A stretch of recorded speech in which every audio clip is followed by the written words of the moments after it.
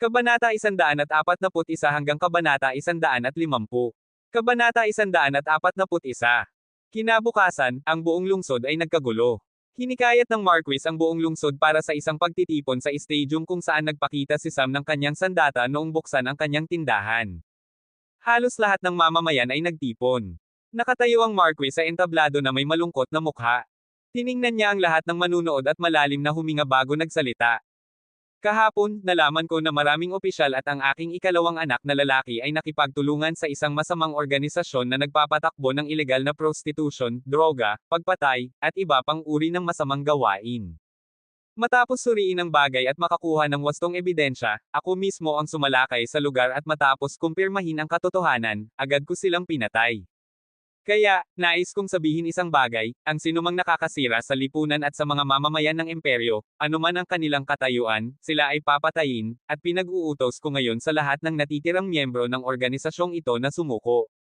Kung kayo ay susuko, bibigyan kayo ng pagkakataon matapos tapusin ang inyong pagkakakulong.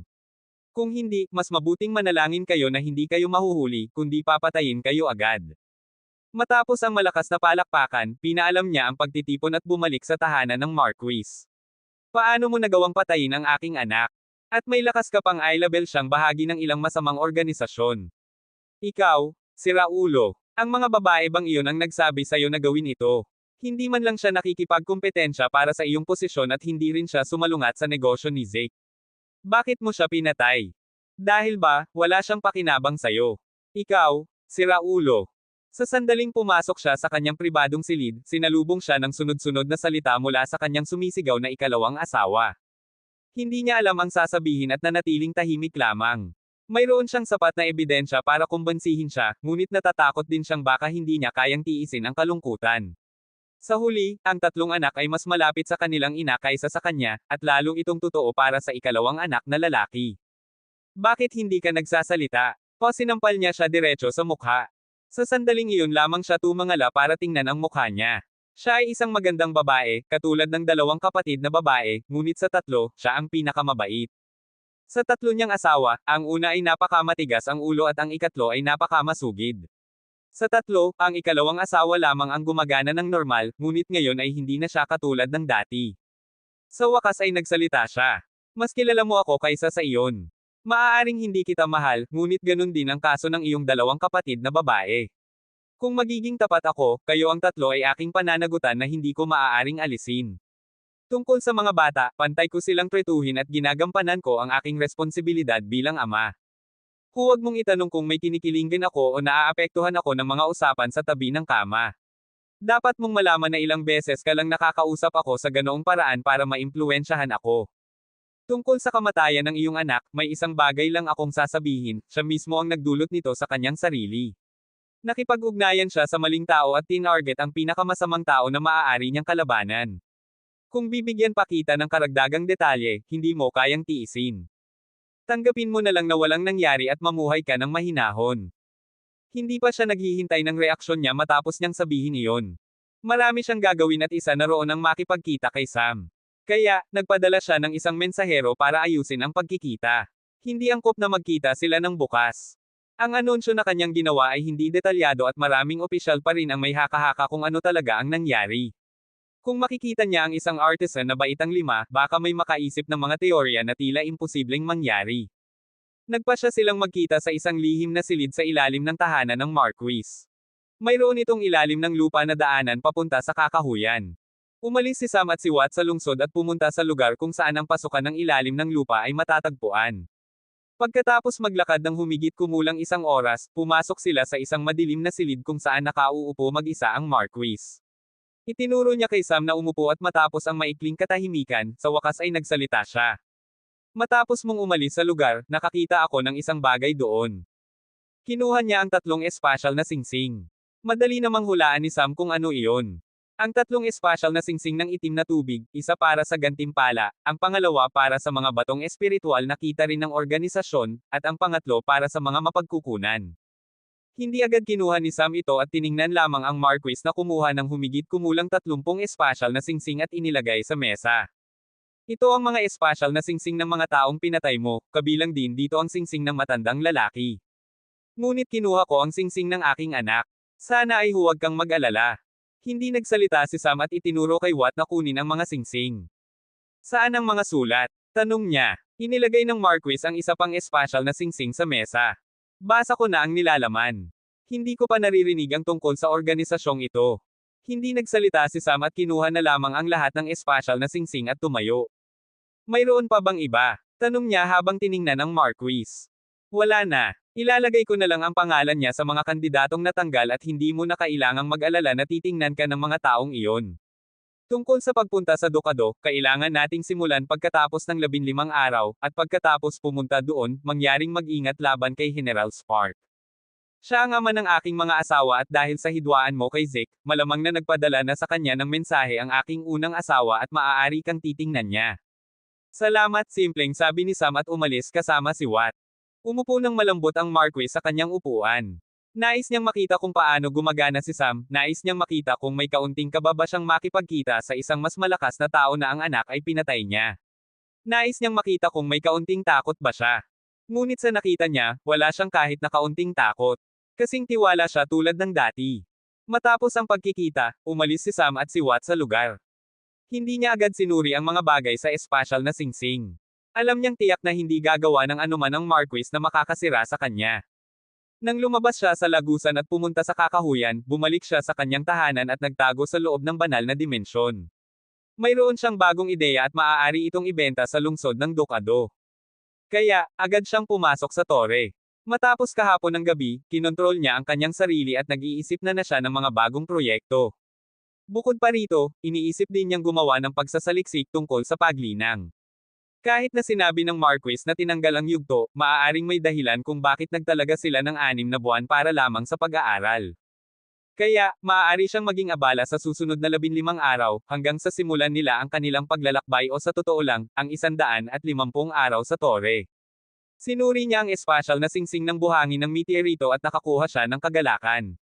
Mayroong higit sa 100 kubo ng buhangin ng meteorito at karamihan nito ay kulay abo na buhangin ng meteorito na may higit sa 80 kubo, ang natitira ay kulay pilak na buhangin ng meteorito. Kahit na marami siyang magagawa sa kulay pilak na buhangin ng meteorito, hindi sapat ang kulay abo na buhangin ng meteorito. Marami siyang plano para rito, at malaki ang plano. Ngunit may isang gamit siya para sa kulay abo na buhangin na ito at iyon ay gumawa ng isang anvil at ilang martilyo na may iba't ibang sukat. Matapos gawin iyon, naghuhulma siya ng higit sa 15 araw sa loob ng tore at ang natitirang araw, nanatili lamang siya sa aklatan at paminsan-minsan, pumupunta siya sa silid ng pagsusuri para subukan ang ilang teorya. Maingat niyang pinag-aralan ang maraming paraan ng paglinang, pinag-aralan niya ang daloy ng iba't ibang ugat at ang epekto ng daloy ng lakas ng espiritu sa autonomiya. Mabilis siyang naaakit. Ang mga pamamaraan ng paglinang na ito ay nagbukas ng isang bagong mundo para sa kanya at nang pag-aralan niya ang mga pamamaraan ng labanan na partikular sa paglinang, lalo siyang nasiyahan. Nagsimula na namang kumilos ang kanyang pagnanasa sa kaalaman. Nagsimula siyang mag-eksperimento sa pagsusuri kung paano gumagana ang mga bagay na ito, dahil kung mauunawaan niya ang mga bagay na ito, maaari siyang magbukas ng isang bagong pinto para sa maraming posibilidad. Mayroon na siyang plano na gamitin ang kanyang teknolohiya kasama ang paglinang na ito. Halos nakalimutan na niya ang natitirang mundo at labis na naaakit sa mga teoryang iyon. Ngunit may isang bagay na hindi siya nasisiyahan at iyon ay mayroong maraming istant ng banal na kalooban na may impormasyon tungkol sa mga pamamaraan ng paglinang, mga larangan ng labanan na partikular sa paglinang. Nalulungkot siya na hindi niya maaaring ipagpatuloy ang kanyang paggalugad. Kabanata 142. 14 na araw pagkatapos. Lumabas si Sam mula sa tore, napakailang niyang lumabas. Ngunit kailangan niyang gumalaw kahit na ayaw niya. Nang bumalik siya, lahat ay tumingin sa kanya ng may pagtataka. Hindi si Sam ang dating siya. Ang kanyang mga mata na tumitingin sa paligid ay parang hindi tumitingin sa kanila, parang may ibang iniisip siya at patuloy na nagsasalita ng mahina tulad ng isang siraulo. Wala na ang kanyang kumpiyansa, hindi man lang siya tumutok ng maayos sa paligid habang naglalakad patungo sa lawa na parang nawawala ang kanyang malay. Nang tumalon na siya sa pool ay medyo tumahimik siya. Ito ang si Sam na nasa sariling mundo, matagal na siyang hindi ganito at napakahirap na makalabas sa ganitong estado ng isip. Ngunit hindi niya kailanman kinamuhian ang ganitong estado ng pagiging siraulo, hindi lang iyon, hindi niya kailanman kinamuhian ang anumang bahagi ng kanyang sarili, pisikal man o isipan. Tinanggap niya ang lahat ng kanyang kahinaan at pagkukulang kasama ang kanyang mga kalakasan, at hindi niya ito ipapalit para sa sinuman. Kahit na mukhang katakataka na ang isang tao ay ayaw na baguhin ang kanyang mga kahinaan kahit na alam na niya ito, ayaw niyang gawin iyon, dahil mula sa pagkabata hanggang sa kamatayan ng kanyang nakaraang buhay na 25 taon, higit sa kalahati nito ay nasa ilalim ng kontrol ng iba.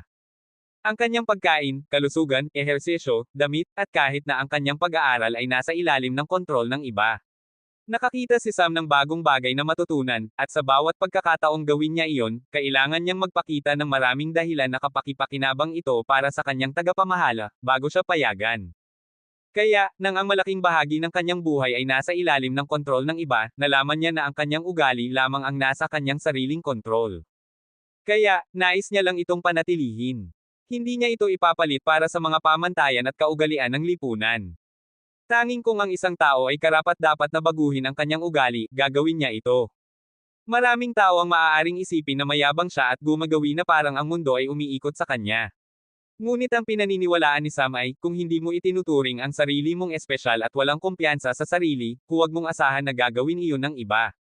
At kung may gagawa nito, may dalawang kondisyon lamang, una ay ang walang kondisyong pag-ibig, at ang pangalawa ay ang taong iyon ay may plano sa iyo sa anumang paraan at maaaring pinapalakas ang iyong sariling pagpapahalaga para sirain ka. Lumangoy si Sam sa lawa hanggang sa mabusog ang kanyang puso, at nang makita niyang walang tao malapit sa lawa, tinawag niya si Mia.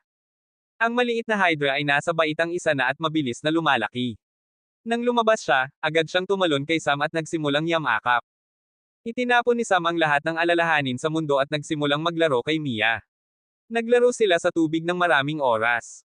Matapos lumabas sa tubig, hindi pa nasisiyahan si Sam at kinuha ang mga watawat ng porma sayon. Inilagay niya ang maraming sapin ng pormasyong nagtatago at binuksan pa ang mga disk ng porma sayon. Inilabas niya ang lahat ng hayop, panther, yanwu, sky, unggoy, at Mia. Hindi niya alam kung ano ang mangyayari sa punong lungsod ng Dokado, kaya nais niya lang magsiyahan ng kaunting katahimikan kasama ang kanyang mga kasama.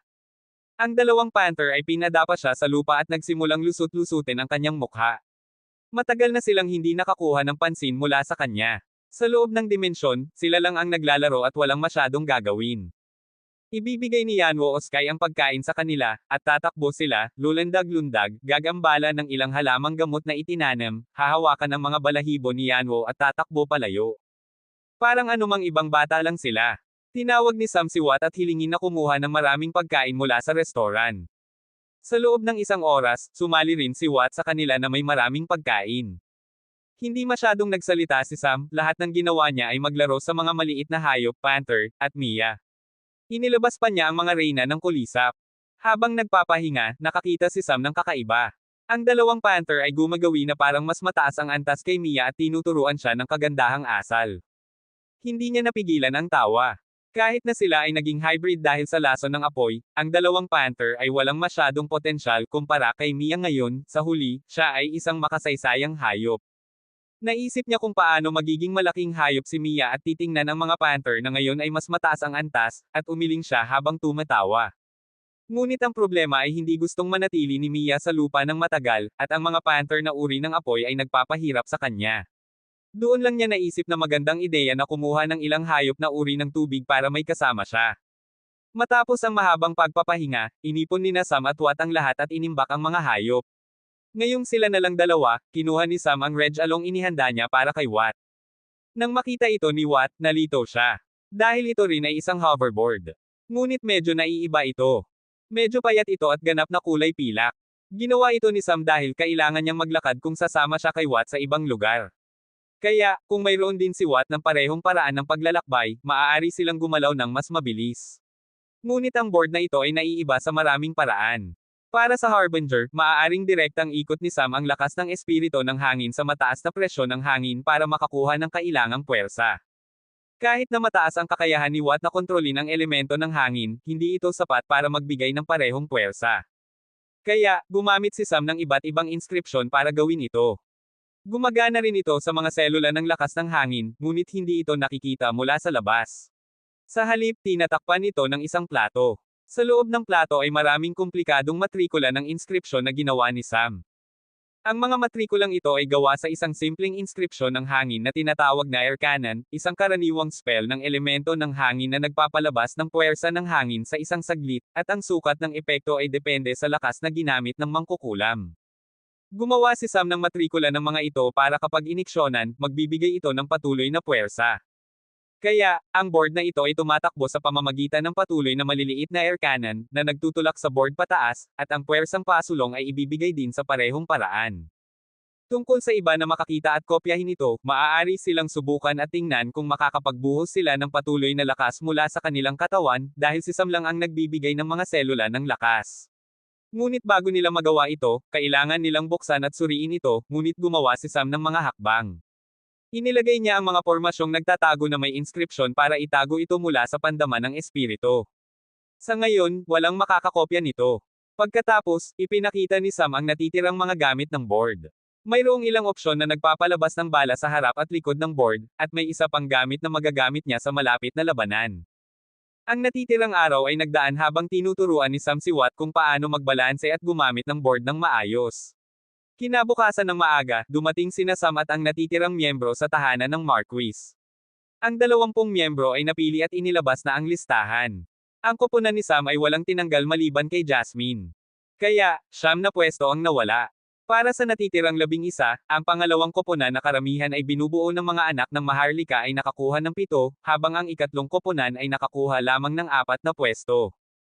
Para sa mga kandidatong tinanggal, binigyan sila ng pagpasok sa espesyal na klase ng piling estudyante na pagtutuunan ng pansin. Tiningnan ni Sam si Zeke na tumitingin din sa kanya na may kaunting takot sa mga mata. Lalo siyang nalilito at kinakabahan dahil tinawag siya ng kanyang ama at kapatid kahapon. Kung gusto mong mamuhay ng mahinahon, huwag nang makipag-ugnayan kay Sam. Kahit na maipipilit siya ng iyong lolo ngayon, sisihan mo ito sa huli. Kaya, kung mayroon kayong plano na harapin siya gamit ang tulong ng iyong lolo, iwaksi ninyo ang ideyang iyon. Ito ang eksaktong salita ng Marquis kagabi. Hindi lang siya nagbabala kundi hindi rin nagbigay ng karagdagang paliwanag. Ikaw ang magre-represente ng teritoryo ng asul na apoy at makikipagkompetensya sa punong lungsod ng Ducado. Ngayon, wala na kayong babalikan at kailangang sumulong kahit na ayaw ninyo. Kaya, inaasahan kong tumutok kayo sa hinaharap at kunin ang mga pagkakataong inihahandog sa inyo. Pagkatapos nito, dinala sila sa isang lugar na parang kakahuyan, at nang pumasok sila, lahat ay nakakita ng malalaking hayop. Ito ang mga agila na may pakpak na apoy, isa sa mga koponan ng hayop ng teritoryo ng Marquis at mga hayop na may dalawang elemento, apoy at hangin. Mayroon pa itong isang kalamangan, malaki at mabilis. Kaya, ginagamit din sila para sa paglalakbay sa malayong lugar. Ngayong umaga, 5 agila na may pakpak na apoy ang lumipad sa himpapawid kasama ang mga kandidato at ang Marquis na papunta sa punong lungsod ng Ducado. Kabanata 143. Matapos lumipad ng 13 araw, ang 5 agila na may pakpak na apoy ay lumapag sa punong lungsod ng Ducado. Ang punong lungsod ng Ducado ay 3 beses na mas malaki kaysa sa lungsod ng Marquis, at karamihan ng malapit na kakahuyan ay ganap na walang hayop. Maaaring manatili ang sinuman ng walang alalahanin tungkol sa mga hayop sa mga labas ng lungsod. Mayroon lamang isang alalahanin, ang ibang tao. Sa pagkakataong ito, hindi inakala ni Sam na dalhin ang kanyang negosyong restaurant dito. Hindi niya alam kung ano ang haharapin niya sa mga pagsusulit at walang siyang tao na mag-aalaga ng kanyang negosyo kapag wala siya. Sa hindi bababa sa lungsod ng asul na apoy, nandoon si Chaye para mag-aalaga ng mga bagay. Matapos lumapag, may dumating na tao at tinuro sa kanila ang kwartong inihanda para sa kanila. Habang naglalakad, tiningnan ni Sam ang ari-arian. Ang lugar na ito ay hiwalay sa lungsod at nakikita niya ang iba't ibang hayop na parang sasakyan ng ibang koponan ng Marquis. May 10 gusali sa ari-arian, 9 ay para sa 9 na lungsod ng Marquis, at ang natitira ay maaaring para sa lungsod ng Ducado. Matapos pumasok at magpatayo sila sa kwarto, tinipon sila ni Marquis Asul na apoy at binigyan sila ng kailangang pagsasaalang-alang tungkol sa Ducado. Ang lungsod na ito ay tinatawag na lungsod ng Timog na Bituin, at ang Ducado ay tinatawag na Ducado ng Timog na Bituin. May 8 Ducado sa imperyo na ito, at lahat ay pinangalanan batay sa direksyon kung saan sila matatagpuan, kasunod ng salitang, Bituin. At tila lahat sila ay may hangganan sa imperyo na kasama nila sa kanlurang kontinente. Ang teritoryo ni Marquis Asul na apoy ay ang pinakatimog sa lahat at walang hangganan. Kaya, sila rin ang huling dumating. Halos lahat ng ibang kalahok ay narito na. Ang lungsod ng Ducado ay may tatlong pangunahing dalubhasa, at lahat ay mga naglilinang sa yugto ng nascent. Ang duke mismo ay nasa sukat na tuktok ng nascent, at ang natitirang dalawa ay mga general na nasa gitnang yugto ng nascent. Isa sa kanila ay si General Spark na binanggit ng Marquis. Siya ang namamahala sa lahat ng hukbo ng Ducado, kabilang ang lahat ng kampo ng hukbo na nakalagay sa iba't ibang teritoryo ng Marquis. At ang pinakamahalaga, ang taong ito ay ang biyenan ni Marquis Azul na Apoy. Kahit na may mga katutubong namamahala sa kanilang mga lugar, si General Spark ang pinakamataas sa piramide at lahat sila ay nasa ilalim ng kanyang kapangyarihan. Ang pangalawa ay si General Mercury. Siya ang namamahala sa panloob na kaligtasan. Lahat ng gwardya ng lungsod ay nasa ilalim ng kanyang kapangyarihan. Tungkol sa iba pa, ang Akademya ng Timog na Bituin ay hindi lamang ang pinakamahusay sa Ducado, kundi nakikipagtulungan din sila sa apat na pangunahing propesyon at pinapayagan ang mga estudyante na mag-aral sa loob ng akademya. Ang mga pinuno ng apat na tore ay nagpapadala ng kailangang guro sa akademya. Sa huli, mayroong 6 na pamilyang maharlika, at lahat ay nasa parehong antas ng pamilya ng isang Marquis. Ngunit mas maliit ang sakop ng kanilang kapangyarihan at walang silang anumang teritoryo maliban sa kanilang mga ari-arian. Matapos ang maikling pag-uusap, dumating ang isang bisita. Marquis Azul na Apoy. Isang lalaking mukhang nasa unang bahagi ng kanyang 40 ang lumakad sa tabi habang tinatawag ang Marquis na nakaharap sa lahat ng kandidato. Lumingon ang Marquis at mukhang medyo nagulat sa pagdating ng taong iyon. Umalis siya sa kanyang pagkabigla at batiin ang taong iyon. Pagpupugay, General Spark. Nagulat ang mga kandidato. Kanina lang ipinaliwanag ng Marquis na ang lalaking ito ay isa sa 3 pinakamalakas na tao sa Ducado. Ngunit 2 tao ang malinaw na nasisiyahan na makita siya, sina Zeke at Bluefire na magkapatid. Lolo, X2. Sabay silang bati sa kanya habang masayang lumalakad patungo sa kanya. Ang lalaking mukhang nasa kanyang 40 ay halos 70 taong gulang na. Ngunit mukha siyang nasa 50 taong gulang lamang dahil sa kanyang paglinang sa yugto ng nascent. Sa mga yugto ng paglinang hanggang sa yugto ng Grand, ang tanging pagbabago sa katawan ay kalusugan, pisikal na anyo, laki ng kaugnayang espiritual, at dami ng lakas ng espiritu. Bukod pa rito, walang maraming pagbabago sa pagtanda at habang buhay ng isang tao. Sa mundong ito na may kakaunting polusyon at dalisay na kapaligiran, ang karaniwang habang buhay ng isang malusog na tao ay humigit kumulang 120 hanggang 130 taon, at kung ang isang tao ay isang dalubhasa sa yugto ng Grand, ang kanyang habang buhay ay hindi hihigit sa 150 taon. Ngunit ang yugto ng nascent ay nagbabago ng lahat. Maaari pang hatiin ang buong paglinang sa iba't ibang yugto, bago ang nascent at pagkatapos ng nascent. Siyempre, nalalapat lamang ito sa mga mababang kaharian na ito. Sa yugto ng nascent, ang katawan ng tao ay sasailalim sa pisikal na pagbabago kasama ang kaugnayang espiritual. Sa yugtong ito, ang mga selula ng tao ay sasailalim sa uri ng pagkabuhay muli at tataas ang sigla, habang ang kaugnayang espiritual ay magsisimulang magmukhang walang katapusang espasyo. Tulad ng ipinahihiwatig ng pangalan, ang yugto ng nascent ay ang simula ng pagkamit ng buong potensyal ng isang tao. Ang mga pagbabago sa yugtong ito ay hindi lamang magdedesisyon sa kanilang huling yugto ng paglinang, kundi pati na rin ang kanilang posisyon sa kanilang mga kapantay. May 3 bagay na maaaring magdedesisyon sa mga bagay na ito. Ang una at pinakamahalaga ay ang walang katapusang espasyo ng kaugnayang espiritual. Ang walang katapusang espasyong ito ay hindi totoo kundi isang bagay na nakita ng naglilinang sa kanyang kaugnayan. Sa walang katapusang espasyong ito, kasama ang pag-unlad at pag-usad sa mga sub-yugto ng paglinang sa yugto ng nascent, magkakaroon ng dagat ng espiritu mula sa gitna, at ang lawak ng pag-unlad nito ay ang tanda ng kanilang huling yugto ng paglinang. Ang pangalawang bagay ay ang pagpapahusay ng katawan o ang kapal ng dagat ng espiritu. Sa panahon ng pagbabagong ito, sinusubukan ng mga naglilinang na samantalahin ito at pagbutihin ang kanilang katawan kung sila ay mandirigma, at dagdagan ang kapal ng lakas ng espiritu sa kanilang dagat ng espiritu na may kaugnayan sa kanilang lakas sa labanan. Okay, lumalayo tayo sa paksa, bumabalik tayo sa silid. Hindi pinansin ng general ang lahat habang nakipag-usap siya sa kanyang mga apo, pagkatapos ay tiningnan ang grupo. Parang naghahanap siya ng sino man at ang kanyang tingin ay tumagal ng kaunti sa kay Sam. Pagkatapos nito, tiningnan niya ang Marquis at tanong.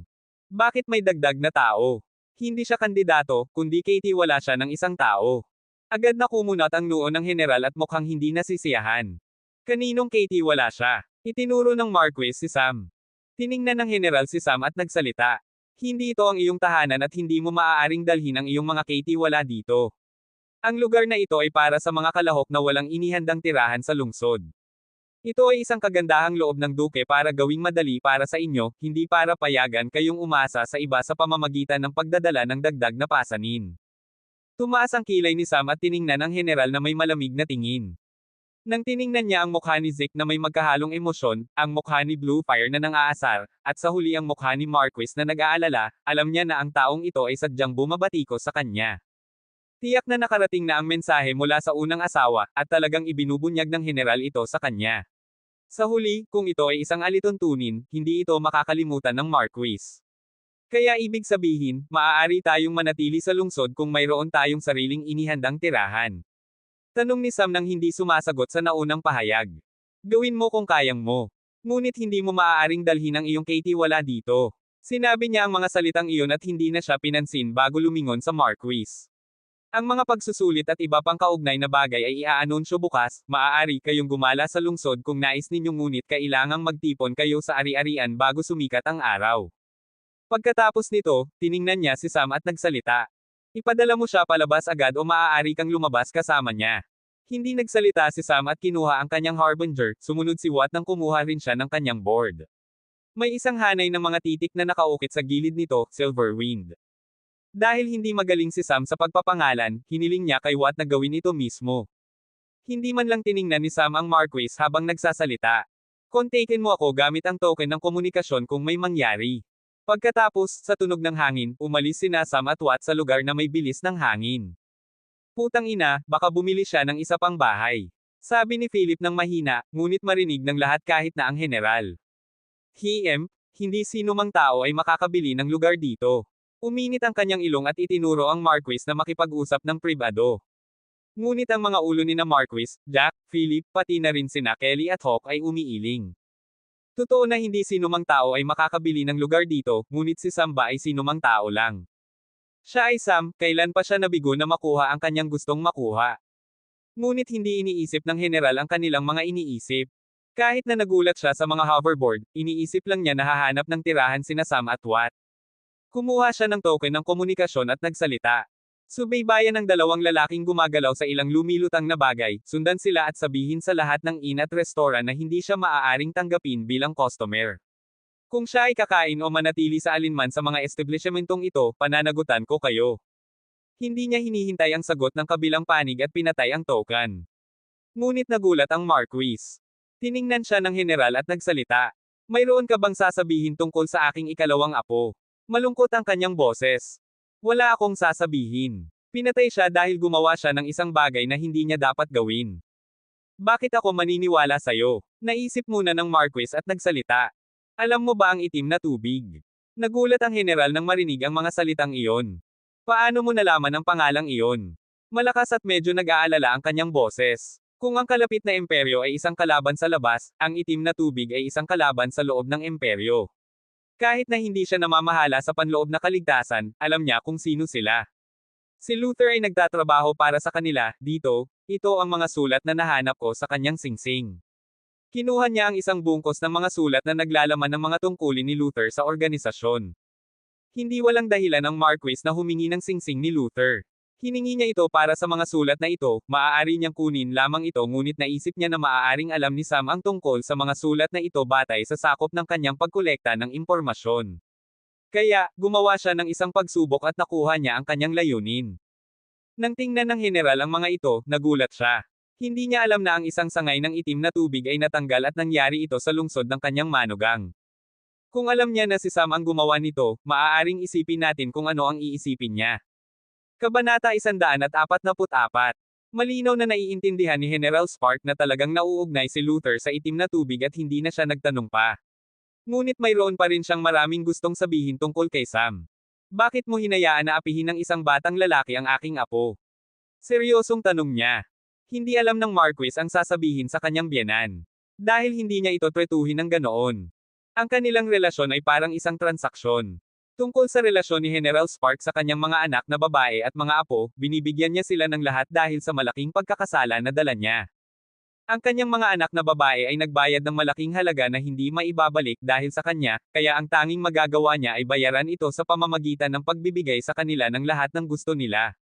Ilang araw na ang nakalipas, ang kanyang unang anak na babae ay nakipag-ugnayan sa kanya gamit ang sistema ng komunikasyon ng Marquis at Duque, na accessible din sa kanya dahil sa kanyang ugali na pagbibigay ng lahat, at nagrereklamo tungkol sa paano nilalaro ng isang artisan scholar na baitang 5 na 16 na taong gulang ang kanyang anak. Galit siya sa kanyang manugang tungkol dito, ngunit walang magagawa. Kahit na tinanong niya kung bakit hinayaan niya itong gawin, alam niya na mas mahusay kaysa sa sino man ang sagot nito. Sa huli, isang artisan scholar na baitang 5 sa edad na 16 ay hindi isang ordinaryong tao at hindi madaling kontrolin. Malalim na huminga ang Marquis at nagsalita. General Spark, hindi ko alam kung ano ang sinabi sa'yo ng iyong anak na babae, ngunit may isang bagay akong sasabihin sa'yo. Ayokong harapin pa ang mga hindi kinakailangang kaaway. Alam mo na mas mahusay kaysa sa sinuman kung ano ang mangyayari kung itutulak natin ang isang tao hanggang sa kanilang hangganan. Ang iyong mga anak na babae ay buhay na halimbawa. Sana lang na huwag mong ulitin ang parehong katangahang iyon. Agad na nagalit si General Spark sa mga salita ng Marquis. Kahit na totoo ito, ayaw niyang marinig ito dahil isa ito sa pinakamababang bahagi ng kanyang nakaraan. Uminit ang kanyang ilong at nagsalita. Ibig mong sabihin, kailangan kong sundin ang iyong payo at hindi makipag-ugnayan sa isang batang lalaki. Tandaan, kahit na mayroon tayong transaksyon, hindi pa panahon na bigyan mo ako ng payo. Tungkol sa batang iyon, mas maraming panahon akong naging naglilinang sa yugto ng nascent kaysa sa kanyang edad. Hindi ko kailangang mag-alala tungkol dyan. Hindi nagsalita ang Marquis at nanatiling tahimik lamang. Siyempre, naiintindihan niya na malakas ang yugto ng nascent, ngunit ang matandang lalaki ng itim na tubig ay nasa yugto ng nascent din, kahit na nasa unang yugtong ito, mula sa pananaw ng isang naglilinang sa yugto ng baguhan, walang pagkakaiba. Parehong ang unang yugto ng nascent at gitnang yugto ng nascent ay pareho para sa isang baguhan, pareho silang makakapapatay sa kanya sa isang saglit. Ngunit ano ang nangyari sa matandang lalaking iyon? May isang isip lamang ang nasa isip ng Marquis. Nasa yugto ka ng nascent, magaling. Ngunit hindi ibig sabihin na hindi pa nakapatay si Sam ng isa noon. Kahit na hindi alam ng Marquis kung apektado ng mga kadena ang gitnang yugto, ang kanyang instinct ay nagsasabi sa kanya na mauuwi ang general sa parehong paraan kung magsusumikap si Sam na gumawa ng paghahanda. Umalis na ako, babalik ako bukas ng umaga. Tiyakin na lahat ng iyong kandidato ay narito sa oras na iyon. Umalis si General Spark sa lugar na iyon pagkatapos nito. Habang nag-uusap sina General at Marquis, sa isang bahagi ng lungsod na tinatawag na rehiyon ng gitna, naroon sina Sam at Watt sa tore ng artisan. Pumunta si Sam dito dahil sa kanyang batas ng baitang 5, ang lugar na ito ay ang pinakamahusay para makakuha ng impormasyong kailangan niya ng madali. Artisan Sam, narinig ko ang marami tungkol sa iyo mula kay Chaya. Karangalan na makilala ka rin sa wakas. Isang lalaking nasa gitnang edad na nasa baitang 5 na artisan ang tumanggap sa kanya ng personal matapos niyang kausapin ang resepsyonista. Matapos magpalitan ng mga magagandang salita, nagsalita si Sam.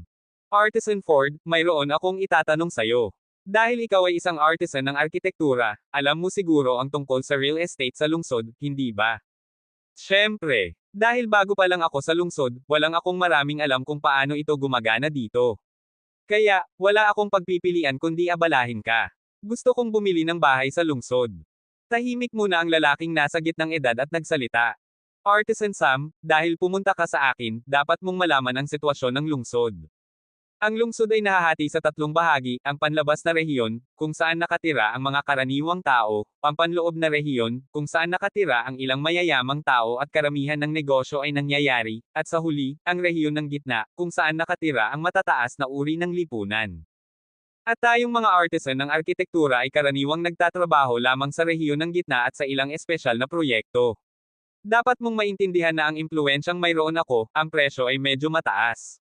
Hindi natin kailangang mag-alala tungkol sa presyo, pangalawa na lamang iyon. Gusto ko ng bahay sa rehiyon ng gitna at mas mabuti kung malapit ito sa bahay ni General Spark. Nang marinig ito ni Ford, nalito siya sa 2 dahilan, una ay tungkol sa presyo na pangalawa na lamang, at pangalawa ay ang bahay na malapit sa lugar ni General Spark. Isang coincidence ba na dumating ang taong ito ngayon? Ito ang tanging isip na nasa kanyang isip, at parang natatakot na magbabago ng isip si Sam, tumayo siya at nagsalita.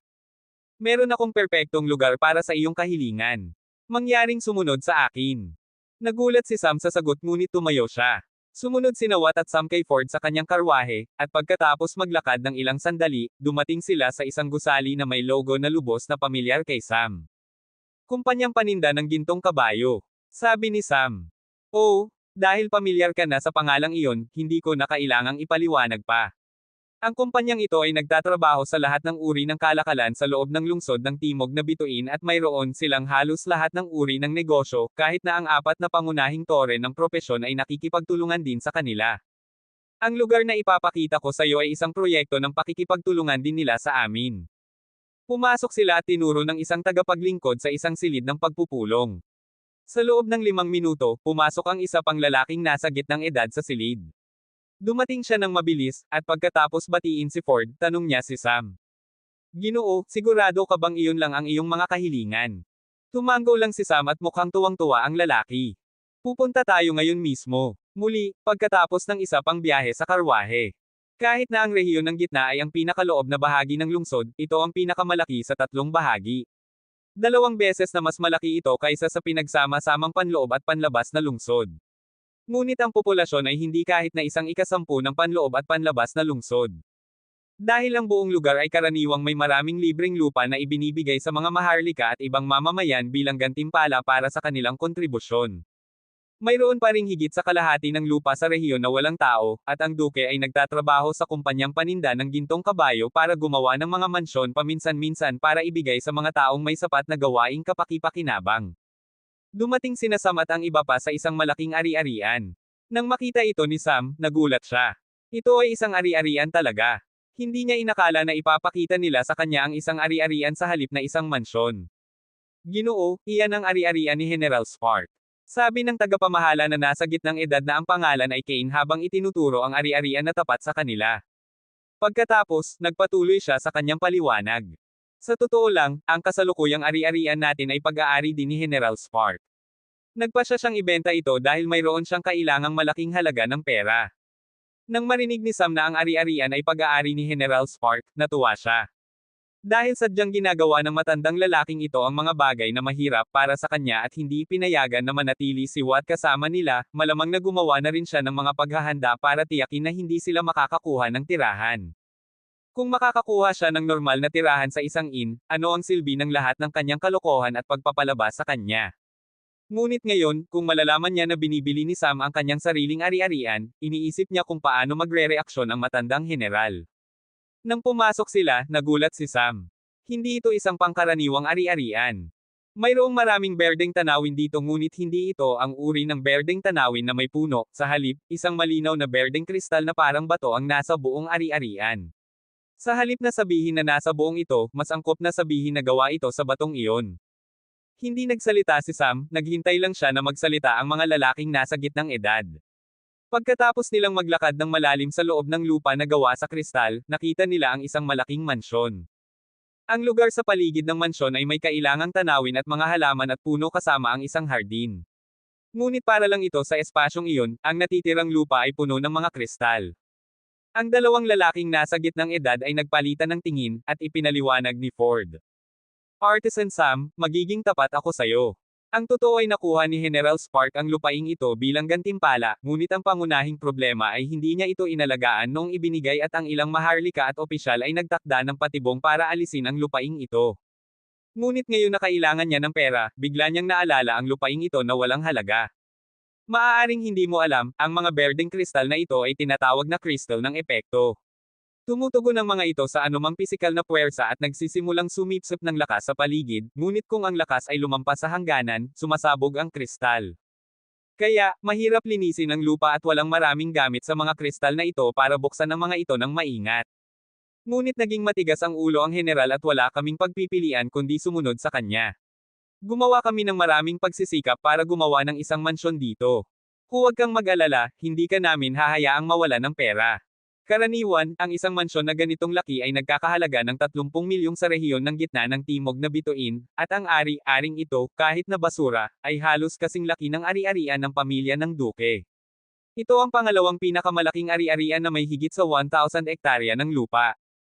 Kung gusto mong bumili ng ari-arian na ganitong laki, kailangan mong magbayad ng hindi bababa sa 1 bilyon. Ngunit ang lupa ay tuyo at ganap na basura, kaya hindi nagtanong ng marami ang general. Ang kailangan lang niya ay ang 30 milyong para sa mansyon at isa pang 120 milyong para sa buong lupa. Sa puntong ito, may isang bagay lang na nasabi si Sam. Kasunduan. Kabanata 145. Ang mga mata ni Sam ay talagang nagniningning habang tiningnan ang maraming berdeng kristal sa ari-arian. Tinatawag talaga itong kristal ng epekto, at kahit sa katalogo ng materyales na binasa niya sa banal na dimensyon, kakaunti lang ang mga gamit na binanggit tungkol dito. Sa pinakamababa, maaari itong gamitin para sa ilang sorpresa na pag-atake. Ngunit hindi sasang-ayon si Sam sa puntong iyon. Para sa kanya, walang materyales na walang halaga, tanging hindi pa nakakakuha ng tamang tao na gamitin ito para sa tamang layunin. At nakita ni Sam ang maraming posibilidad sa mga kristal na ito. Para sa kanya, ang 150 milyong ay hindi marami. Kumita siya ng malaking halaga mula sa kanyang negosyo pati na rin sa pagnanakaw sa mga sangay ng lungsod ng Konde ng itim na tubig na nagkakahalaga ng higit sa 120 milyong lahat. At ang sangay ng lungsod ng Marquis ay nagbigay sa kanya ng higit sa 300 milyong lamang sa mga batong espiritual. Ano ang silbi ng lahat ng perang kinita niya kung hindi niya ito gagastusin? At nang makita na mayroong ganitong kapaki-pakinabang na mineral na makakapagpalaki ng kanyang kita, hindi na niya kailangang mag-alala tungkol sa paggasta na ito. Kaya, agad na natapos ni Sam ang kasunduan at lahat ng pamamaraan ay natapos. Kaya, naglakad-lakad sila sa lungsod. Sa gabi, pumunta sila diretso sa bagong baniling ari-arian at nanatili sa loob ng tanging mansyon na naroon. Ngayong gabi, may 2 tao na nag-uulat sa mansyon ng general. Ang kanyang ari-arian ay may maraming bahay at lahat ay pag-aari ng kanyang espesyal na koponan na espesyal niyang inihanda at maaari niyang tawaging kanyang mga alagad. Ang unang ulat ay ang ari-arian na mahirap niyang ibenta ay sa wakas ay nabenta. Kailangan niya talaga ng pera. Plano niyang ibigay sa kanyang espesyal na koponan, na binubuo ng 20 nasa yugto ng malaki at 30 nasa yugto ng baguhan, ang bagong hanay ng sandata. Ang lahat ng taong ito ay karaniwang tao na may mataas na kakayahan na kanyang pinili. Lahat sila ay nasa edad na 20 hanggang 35.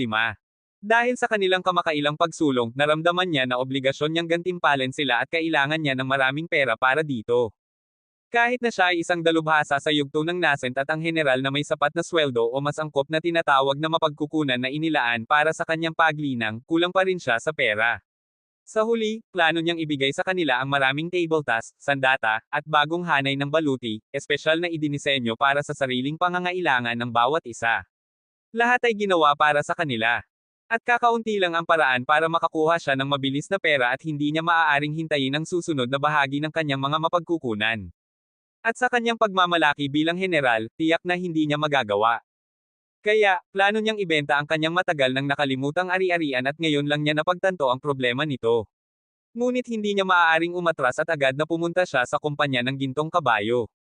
Ginamit niya ang kanyang kapangyarihan ng kaunti at naging matigas ang ulo para sa kanyang mga estudyante, kaya pinapayagan nila siyang gawin ang trabahong ito. Walang resulta sa mahabang panahon. Kaya, nang marinig niya na may bumili ng lupa, natuwa siya. Ngunit ang pangalawang ulat ay agad na nagpahirap sa kanyang mood. Iniulat ng kanyang tauhan na hindi na natili sina Sam at Watt sa anumang inn kundi bumili ng bahay. Sino ang nagbenta ng bahay sa kanya? Hindi ba ninyo linino sa nagbebenta? Galit na tanong niya. Ngunit ang tauhan ay walang maisagot din. Ginoo, ang taong nagbenta ng bahay ay isang naglilinang sa yugto ng nascent at isa ring artisan ng arkitektura na baitang 5 mula sa Torre, at ang bahay na ibinente niya ay ang iyong ari-arian. Agad na tumigil sa pagsasalita ang general at ang kanyang noo ay puno ng itim na linya. Siya ang dapat na gumagawa ng mga bagay na mahirap para kay Sam, hindi ang nag-aalok sa kanya ng bahay na bibilhin. Hindi niya alam kung paano magre-reaksyon sa sitwasyon. Pagkatapos paalisan ng mga tauhan, ganap siyang nalunod sa kanyang mga isipan, at pagkatapos ng mahabang at matinding pag-iisip, sa wakas ay nagsalita siya ng mahina. Kahit paano, nakakuha ako ng 150 milyong mula sa kanya. Walang halaga ang lupaing iyon at hindi maganda ang kapaligiran ng tahanan. Ganap na basura ito. Ngayon lang siya nakaramdam ng kaginhawahan, ngunit ang mismong isip na ito ay magpapasample sa kanyang mukha ng malakas sa hinaharap na mas gugustuhin niyang hindi mawala ng alaala kaysa sa tandaan ang ganitong sitwasyon. Kinabukasan, umalis si Sam kay Watt sa ari-arian at binigyan siya ng malaking halaga ng mga batong espiritual para gawin ang kanyang gustong gawin. Nang pumunta siya sa kanilang inihandang gusali, lahat ay tumitingin sa kanya ng kakaiba. Lumapit sa kanya sina Philip at Jack at batiin siya. Nang tanungin niya sila tungkol sa nangyayari, ang sagot ay talagang nagbigay sa kanya ng bagong pag-unawa sa pagiging maikli ng isip ng general. Kahapon ng gabi, pumunta si Bluefire sa lahat ng kanila at malinaw na nagbala na ang kompetisyon ay may kinalaman sa pagbuo ng mga koponan at voluntaryo ito. Kaya, binigyan sila ng babala na walang sino man ang dapat sumali sa koponan ni Sam o magdudusa sila. Umiling si Sam habang tumatawa. Tumingin sa kanya sina Bluefire at Zeke ngunit nagulat sa hindi inaasahang ngiti. Pagkalipas ng ilang sandali, tinawag sila sa bukid ng ari-arian at 120 kandidato ang nagtipon. Nakita ni Sam si Nicholas at pareho silang kumaway sa isa't isa. Nakatayo si General Spark sa isang malaking entablado na may ilang lalaking nasa gitnang edad na nakatayo sa likod niya. Matayog ang kanyang likod at malaki ang kanyang pangangatawan, habang ang kanyang presensya ay parang pinipilit ang lahat na sumunod ng ganap. Isa siyang general talaga. Naimpluwensyahan si Sam at nakaramdam siya ng kaunting paggalang sa kanya. Malamang sa lahat, lahat ng inyo. Kayo ang mga kandidatong napili para sa susunod na yugto ng mga pagsusulit para makakuha ng pagkakataong magbabago ng buhay. Sa yugtong ito ng mga kompetisyon, ang tagal ay 18 buwan. Ang unang 16 na buwan ay hahatiin sa 2 yugto. At ang 2 yugtong iyon ay militar at negosyo. Ang huling 2 buwan ay iaanunsyo pagkatapos matapos ang unang 2 yugto at ang kinakailangang pag-aalis ng mga kandidato. Ngayon bago ko ipaliwanag pa ang iba pa, bumuo ng mga koponan. Hindi ko alintana kung ilan ang miyembro ng isang koponan, ngunit dapat itong may pantay na bilang. Mayroon kayong 10 minuto. Maaari kayong maging miyembro ng koponan kasama ang mga tao mula sa inyong sariling teritoryo o kahit sa ibang teritoryo. Sa buong oras na ito, tiningnan ni General Spark si Sam. Gusto niyang makita kung mayroon siyang mga kasamahan sa koponan, at talagang nagulat siya. Dahil hindi isa kundi 5 kasamahan sa koponan ang lumapit sa kanya. At ang una ay si Philip na may nakakalokong ngiti, sumunod sina Jack, Hawk, Kelly, at Drew. Tahimik na humiwalay si Ray sa kanila. Hindi inakala ni Sam na darating ang 5 tao. Inakala niya lang na siguradong darating sina Jack at Philip para kay Kelly, hindi niya alam kung darating siya. Nakaranas na sila ni Jack ng marami kaya darating siya.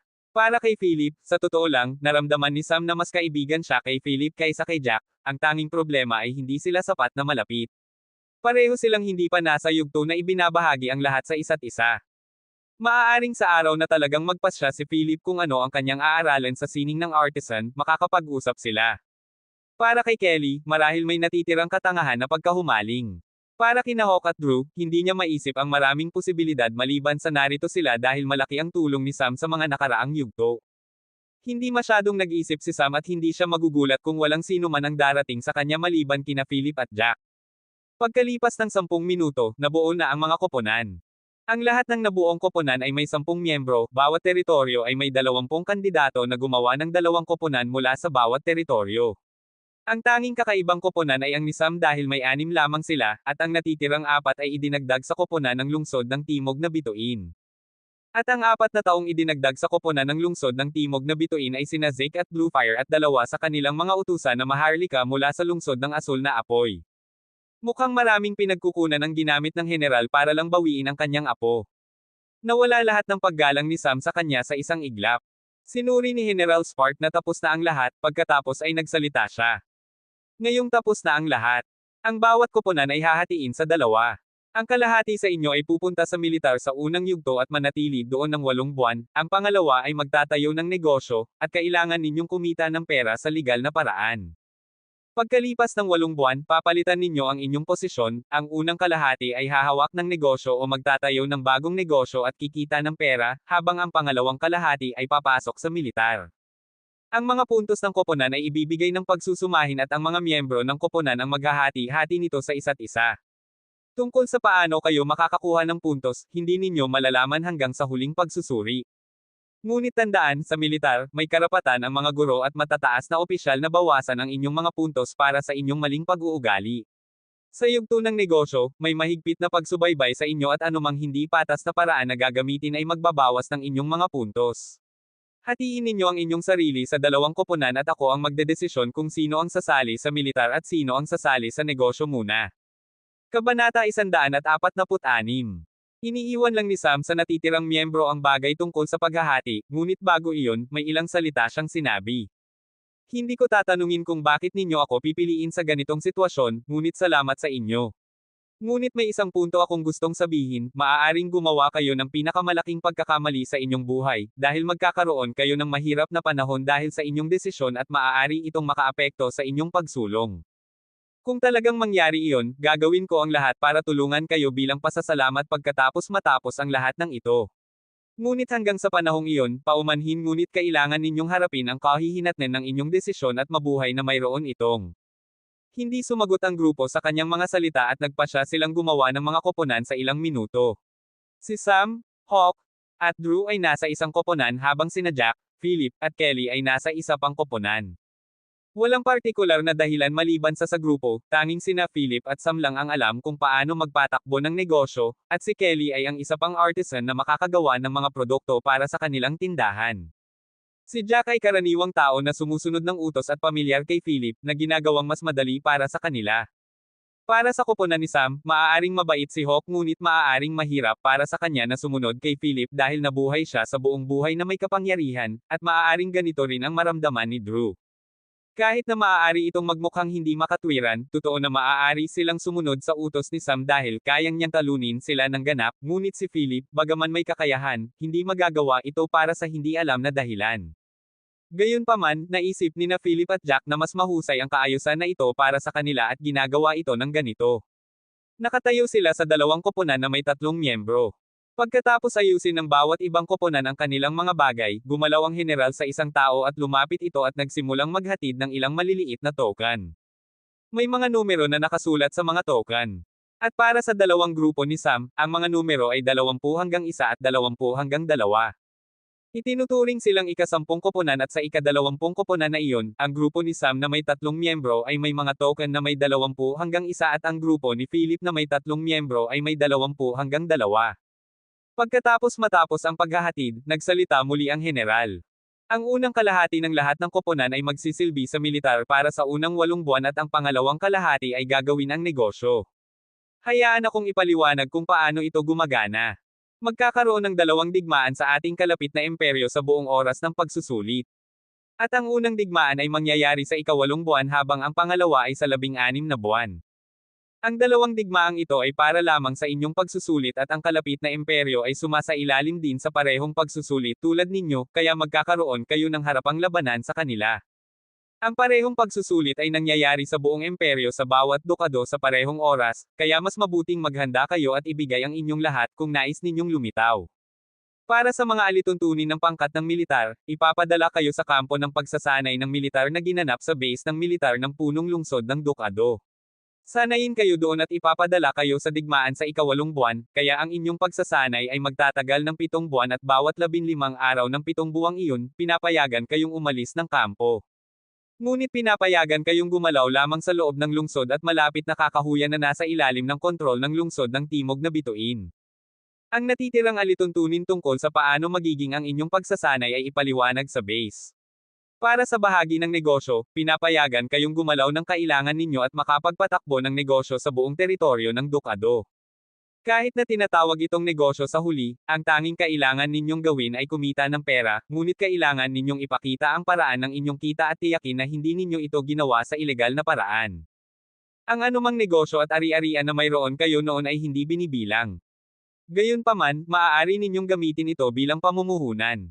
Halimbawa, kung mayroon kayong ari-aring lupa at ibinenta ninyo ito, hindi iyon binibilang bilang inyong kita, ngunit maaari ninyong gamitin ang perang iyon bilang pamumuhunan. Sa huling pagsusuri, ihahambing ang inyong kita at pamumuhunan at ang may pinakamaraming puntos ay makakakuha ng gantimpala batay sa porsyento ng inyong tubo. Ngayon, ang pangkat na pupunta sa militar, mayroon kayong 5 minuto para kausapin ang inyong koponan at maghanda. Pagkatapos ng talumpati, hindi masyadong nagsalita si Sam, kausap lang niya si Philip ng ilang segundo at iyon ay. Si Watt ay nasa labas ng ari-arian, sumunod kayo sa kanya. Bumili ako ng ari-arian, manatili kayo doon kasama niya. Tungkol sa negosyo, subukang magsimula ng isang bagay, sa tingin ko ay may sapat na pera si Watt. Subukang tuklasin muna ang sitwasyon sa punong lungsod sa unang 15 araw, ngunit sa aking nakikita, hindi magiging madali ang lahat. Gawin ninyo ang inyong makakaya at mag-ingat, makikita ko kayo pagkatapos ng 15 araw. Pagkalipas ng 5 minuto, inalis ang lahat ng kandidato sa pangkat ng militar. Tumingin si Sam sa paligid at hindi nakita si Nicholas, mukhang nasa pangkat ng negosyo siya. Hindi masyadong nag-isip si Sam at inalis ang 50 estudyante sa mga karwahe papunta sa base ng militar ng lungsod ng Timog na Bituin. Kahit na tinatawag itong base ng militar ng lungsod, hindi ito nasa lungsod kundi sa malapit na kakahuyan. Pagkatapos ibaba at pumasok ang lahat ng 50 estudyante sa kampo, nakita nila ang maraming koponan at batalyon na nag-eensayo. Napansin ni Sam ang isang bagay, walang sapat na kaayusan sa kampo o kahit sa mga koponan. Ang bawat koponan ay may iba't ibang uri ng naglilinang, mangkukulam, mandirigma, mandirigmang mangkukulam, at iba pa. Kahit na mukhang magkakasama sila, karamihan ay nakatuon lamang sa kanilang sariling pagsasanay sa lakas at kakaunti lang ang nagsasanay ng pagsalakay ng koponan.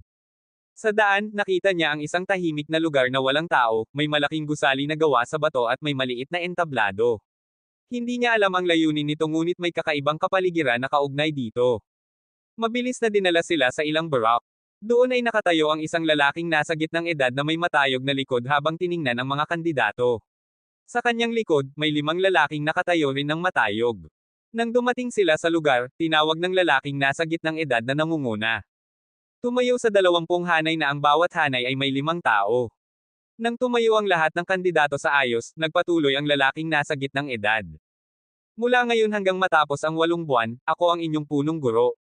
Ang 5 lalaking nakatayo sa aking likod ay mga guro rin na may ganap na kapangyarihan sa inyong gawain, pagsasanay, at kahit na parusa.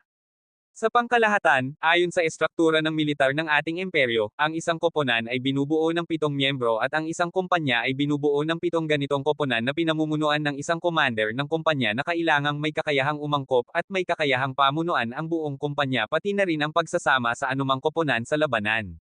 Ang estruktura ng militar ay kathang-isip lamang at ginawa ng may akda. Kaya huwag kang magreklamo na walang akong maraming kaalaman sa militar. Kaya, bubuo kayo ng 2 kumpanya at may 2 commander ng kumpanya na pipiliin sa pamamagitan ng pamamaraan. Para sa karagdagang paliwanag, ang isang batalyon ay may hindi bababa sa 10 kumpanya at 6 na batalyon ang nagsasama para maging isang rehimen. Sa base na ito, mayroong 5 ganitong rehimen at 5 rehimen pa ang nakalagay sa iba't ibang hangganan ng dukado. Bawat 6 na buwan, papalitan ang kanilang tungkulin. Ang mga bagay na ito ay hindi nalalapat sa inyo dahil ang inyong pangunahing gawain ay magsanay para sa digmaan pagkatapos ng 8 buwan. Ngunit mahalagang malaman ang mga detalyang ito. Tungkol sa estrukturang militar na ito, may ilang pagbubukod na hindi wasto at isa sa mga ito ay ang espesyal na koponan na inihahanda ng ating General Spark na tinatawag na koponan ng Thunderwolf na may 50 miyembro. At tungkol sa mga alituntunin, mayroon kayong tiyak na oras ng pagtulog, oras ng pagkain, oras ng pagsasanay na makikita sa schedule na ibibigay sa inyo ng mga guro. May isang karaniwang alituntunin sa militar na wasto para sa lahat ng rehimen at kabilang dito ang koponan ng Thunderwolf pati na rin kayo. Iyon ay, ang sinumang tao ay maaaring hamanin kayo para sa isang labanan at hindi ninyo maaaring tanggihan kung ang antas ng paglinang ng kabilang tao ay hindi hihigit sa 2 antas sa inyo. Ang mga antas dito ay nangangahulugang hindi maaaring tanggihan ng naglilinang sa baitang 3 ng baguhan ang isang tao sa baitang 5 ng baguhan. Sa labanan, lahat ay pinapayagan maliban sa pagpatay at pagpapahina ng paglinang. Ang ilan sa inyo ay maaaring isipin na hindi patas na bugbugin ng mas mataas na antas, ngunit ito ang hukbo at sa digmaan, walang kasiguruhan kung haharapin ninyo ang kalaban na may parehong antas. Kaya, tanggapin ninyo ito at harapin. Kung mayroon kayong tanong, tanungin ninyo ako ngayon. Itinaas ng isa sa mga kandidato na bahagi ng 1 hanggang 1 ang kanyang kamay at tanong. Ginoo, maaari ko bang malaman ang inyong pangalan? Bakit mo gustong malaman ang aking pangalan? Tanong ng lalaking nasa gitnang edad. Nagulat ang kandidato sa isang saglit at mahinang nagsalita. Kuryosidad. Hindi siya sigurado sa sarili, tinanong lang niya ang pangalan ng walang dahilan.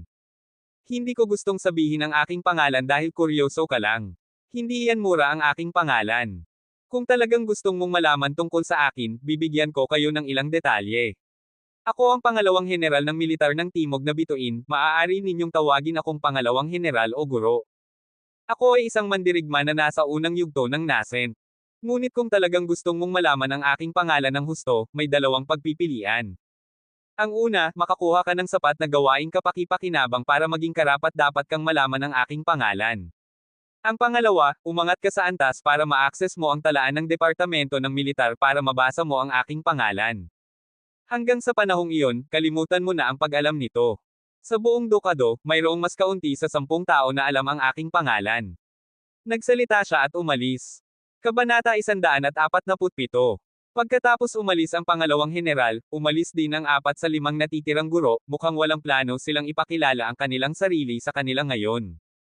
Ang natitirang guro ay kumuha ng pwesto ng pangalawang heneral at nagsalita. Ang pangalan ko ay Gian. Ako ay isang commander ng rehimen, at gayunpaman ang natitirang apat na guro. Sinasanay namin ang aming sariling rehimen ng magkahiwalay at bawat isa ay may sariling paraan. Ang inyong pagsasanay ay gagawin kasama ang lahat ng 5 rehimen at susuriin kayo sa lahat ng uri ng katangian na kailangan ng aming militar ng timog na bituin. Bawat 3 araw, ibang guro ang hahawak ng klase. Kaya, sa susunod na 3 araw, ako ang inyong guro.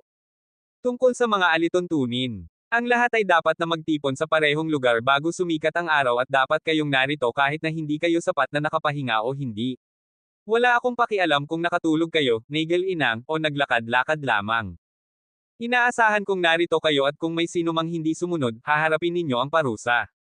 Makakatanggap kayo ng parehong benepisyo ng isang ordinaryong sundalo batay sa inyong antas ng paglinang.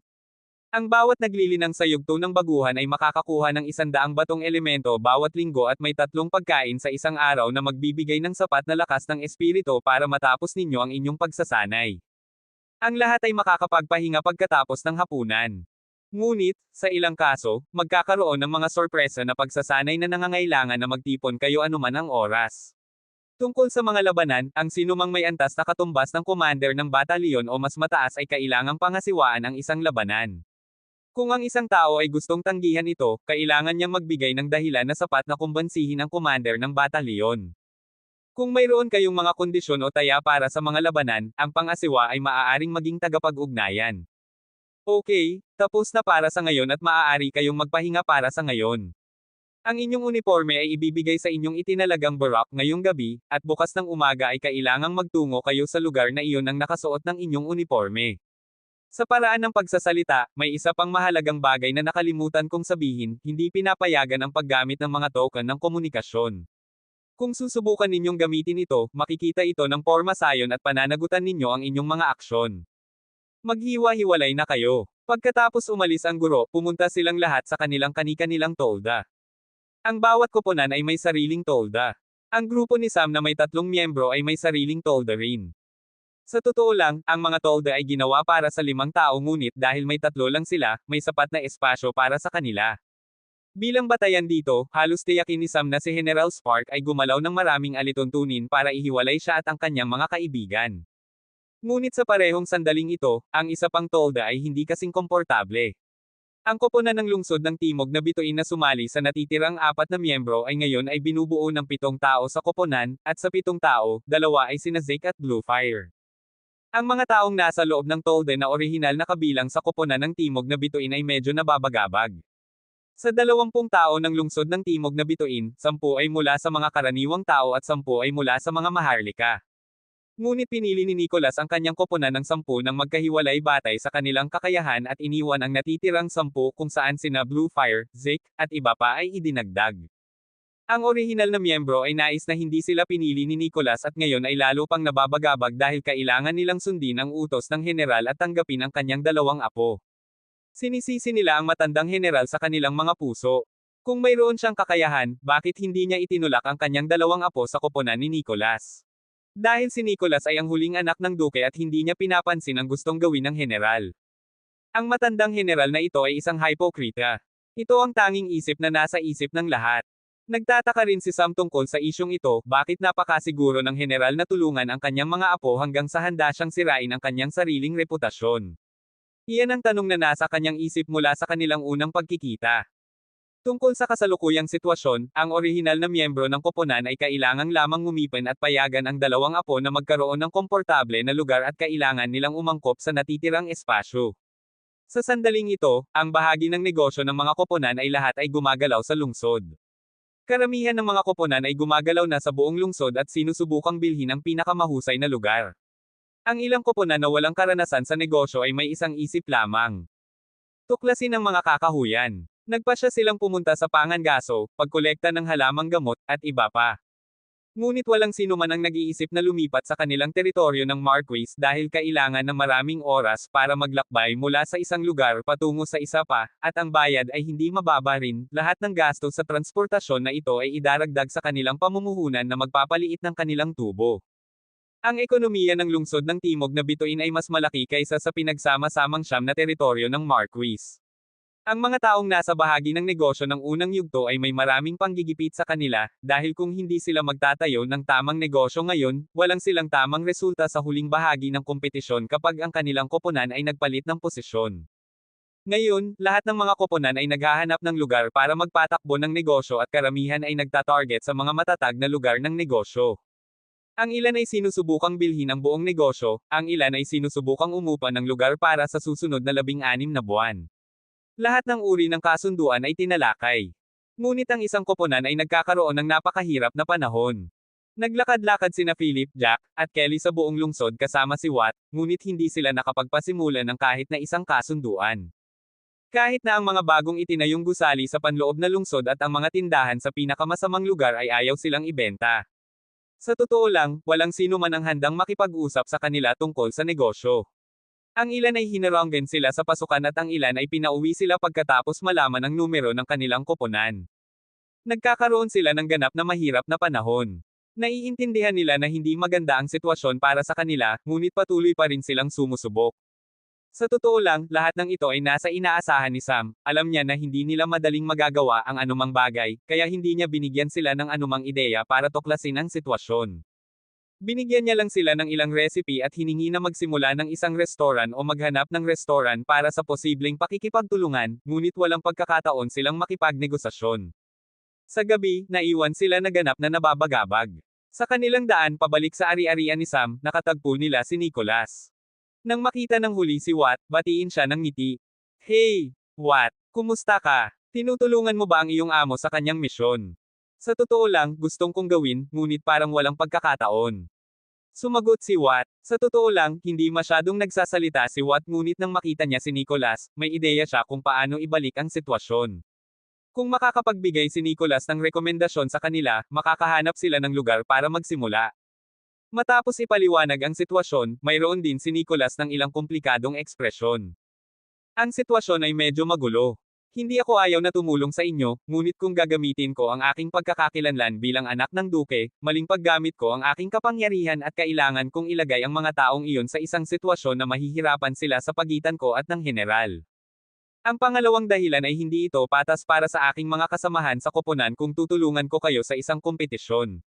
Tumigil siya ng kaunti at pagkatapos ng malalim na pag-iisip, nagsalita siya. Paano kung ganito, mayroon akong maliit na lupa sa labas ng panloob na rehiyon na binili ko mula sa isang kaibigan. Medyo malayo ang lugar at binili ko ang lupaing iyon para tulungan ang isang kaibigan, walang akong plano na gamitin ito at hindi ito perpektong lokasyon para sa negosyo. Kaya, kung walang ibang pagpipilian ang inyong grupo, makipagkita kayo sa akin muli at ibebenta ko sa inyo ang lupaing iyon. Kahit na medyo masama, sa tingin ko ay mas mahusay na iyon kaysa sa wala. Patawarin ninyo ako na hindi ako makakatulong sa inyo, kahit na gustong kong tumulong sa inyo, maaaring hindi ito patas para sa aking mga kasamahan sa koponan at ito ay isang kompetisyon. Sa tingin ko, hindi ito marangal na gawain na tulungan kayo. Salamat sa alok, makikita ka namin kung walang kami ibang pagpipilian. Tungkol sa paumanhin, huwag mong banggitin. Hindi ka ang dahilan ng aming sitwasyon kaya walang obligasyon kang tumulong sa amin. Sumagot si Watt at pareho silang umalis sa kanilang sariling paraan pagkatapos magpalitan ng contact gamit ang mga token ng komunikasyon. Pagkatapos ng maikling pagkikita, hinatak ni Watt silang lahat sa bagong ari-arian. Nang tingnan ni Philip ang lupaing puno ng kristal ng epekto, hindi niya napigilan na tanong. Bakit binili ni Sam ang isang lugar na puno ng kristal ng epekto? Hindi sila madaling alisin at hindi sila kasing kapaki-pakinabang. Hindi ko alam, ngunit sinabi ng boss na talagang kapaki-pakinabang sila at maaari silang maging kayamanan kung gagamitin ng tama. Hindi sumagot si Philip habang dahan-daang lumalakad sila patungo sa mansyon. Tinawag nila itong araw at agad na nagpahinga pagkatapos maabot ang lugar. Kabanata 148. Kinabukasan. May malakas na tono ng kampana na tumutunog sa buong kampo bago sumikat ang araw. Ito ang tawag para sa pagtitipon.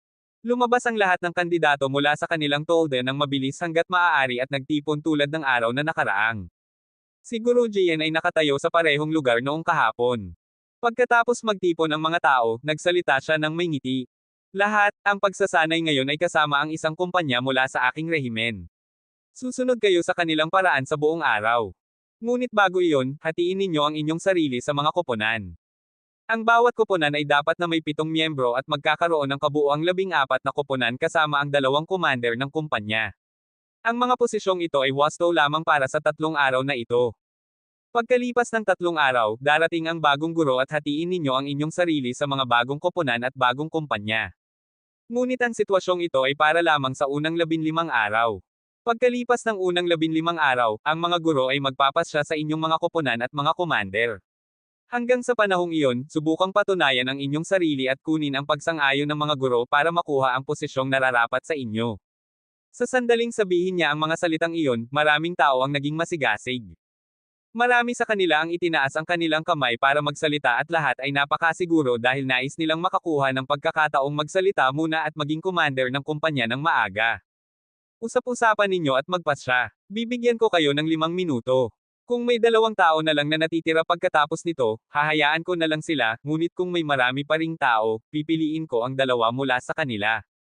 Sa sandaling ito, isang batang lalaki ang nagsimulang maglakad patungo sa kanila. Nakasuot siya ng asul na dekuryente na uniforme at may simbolo ng kulog sa kanyang dibdib.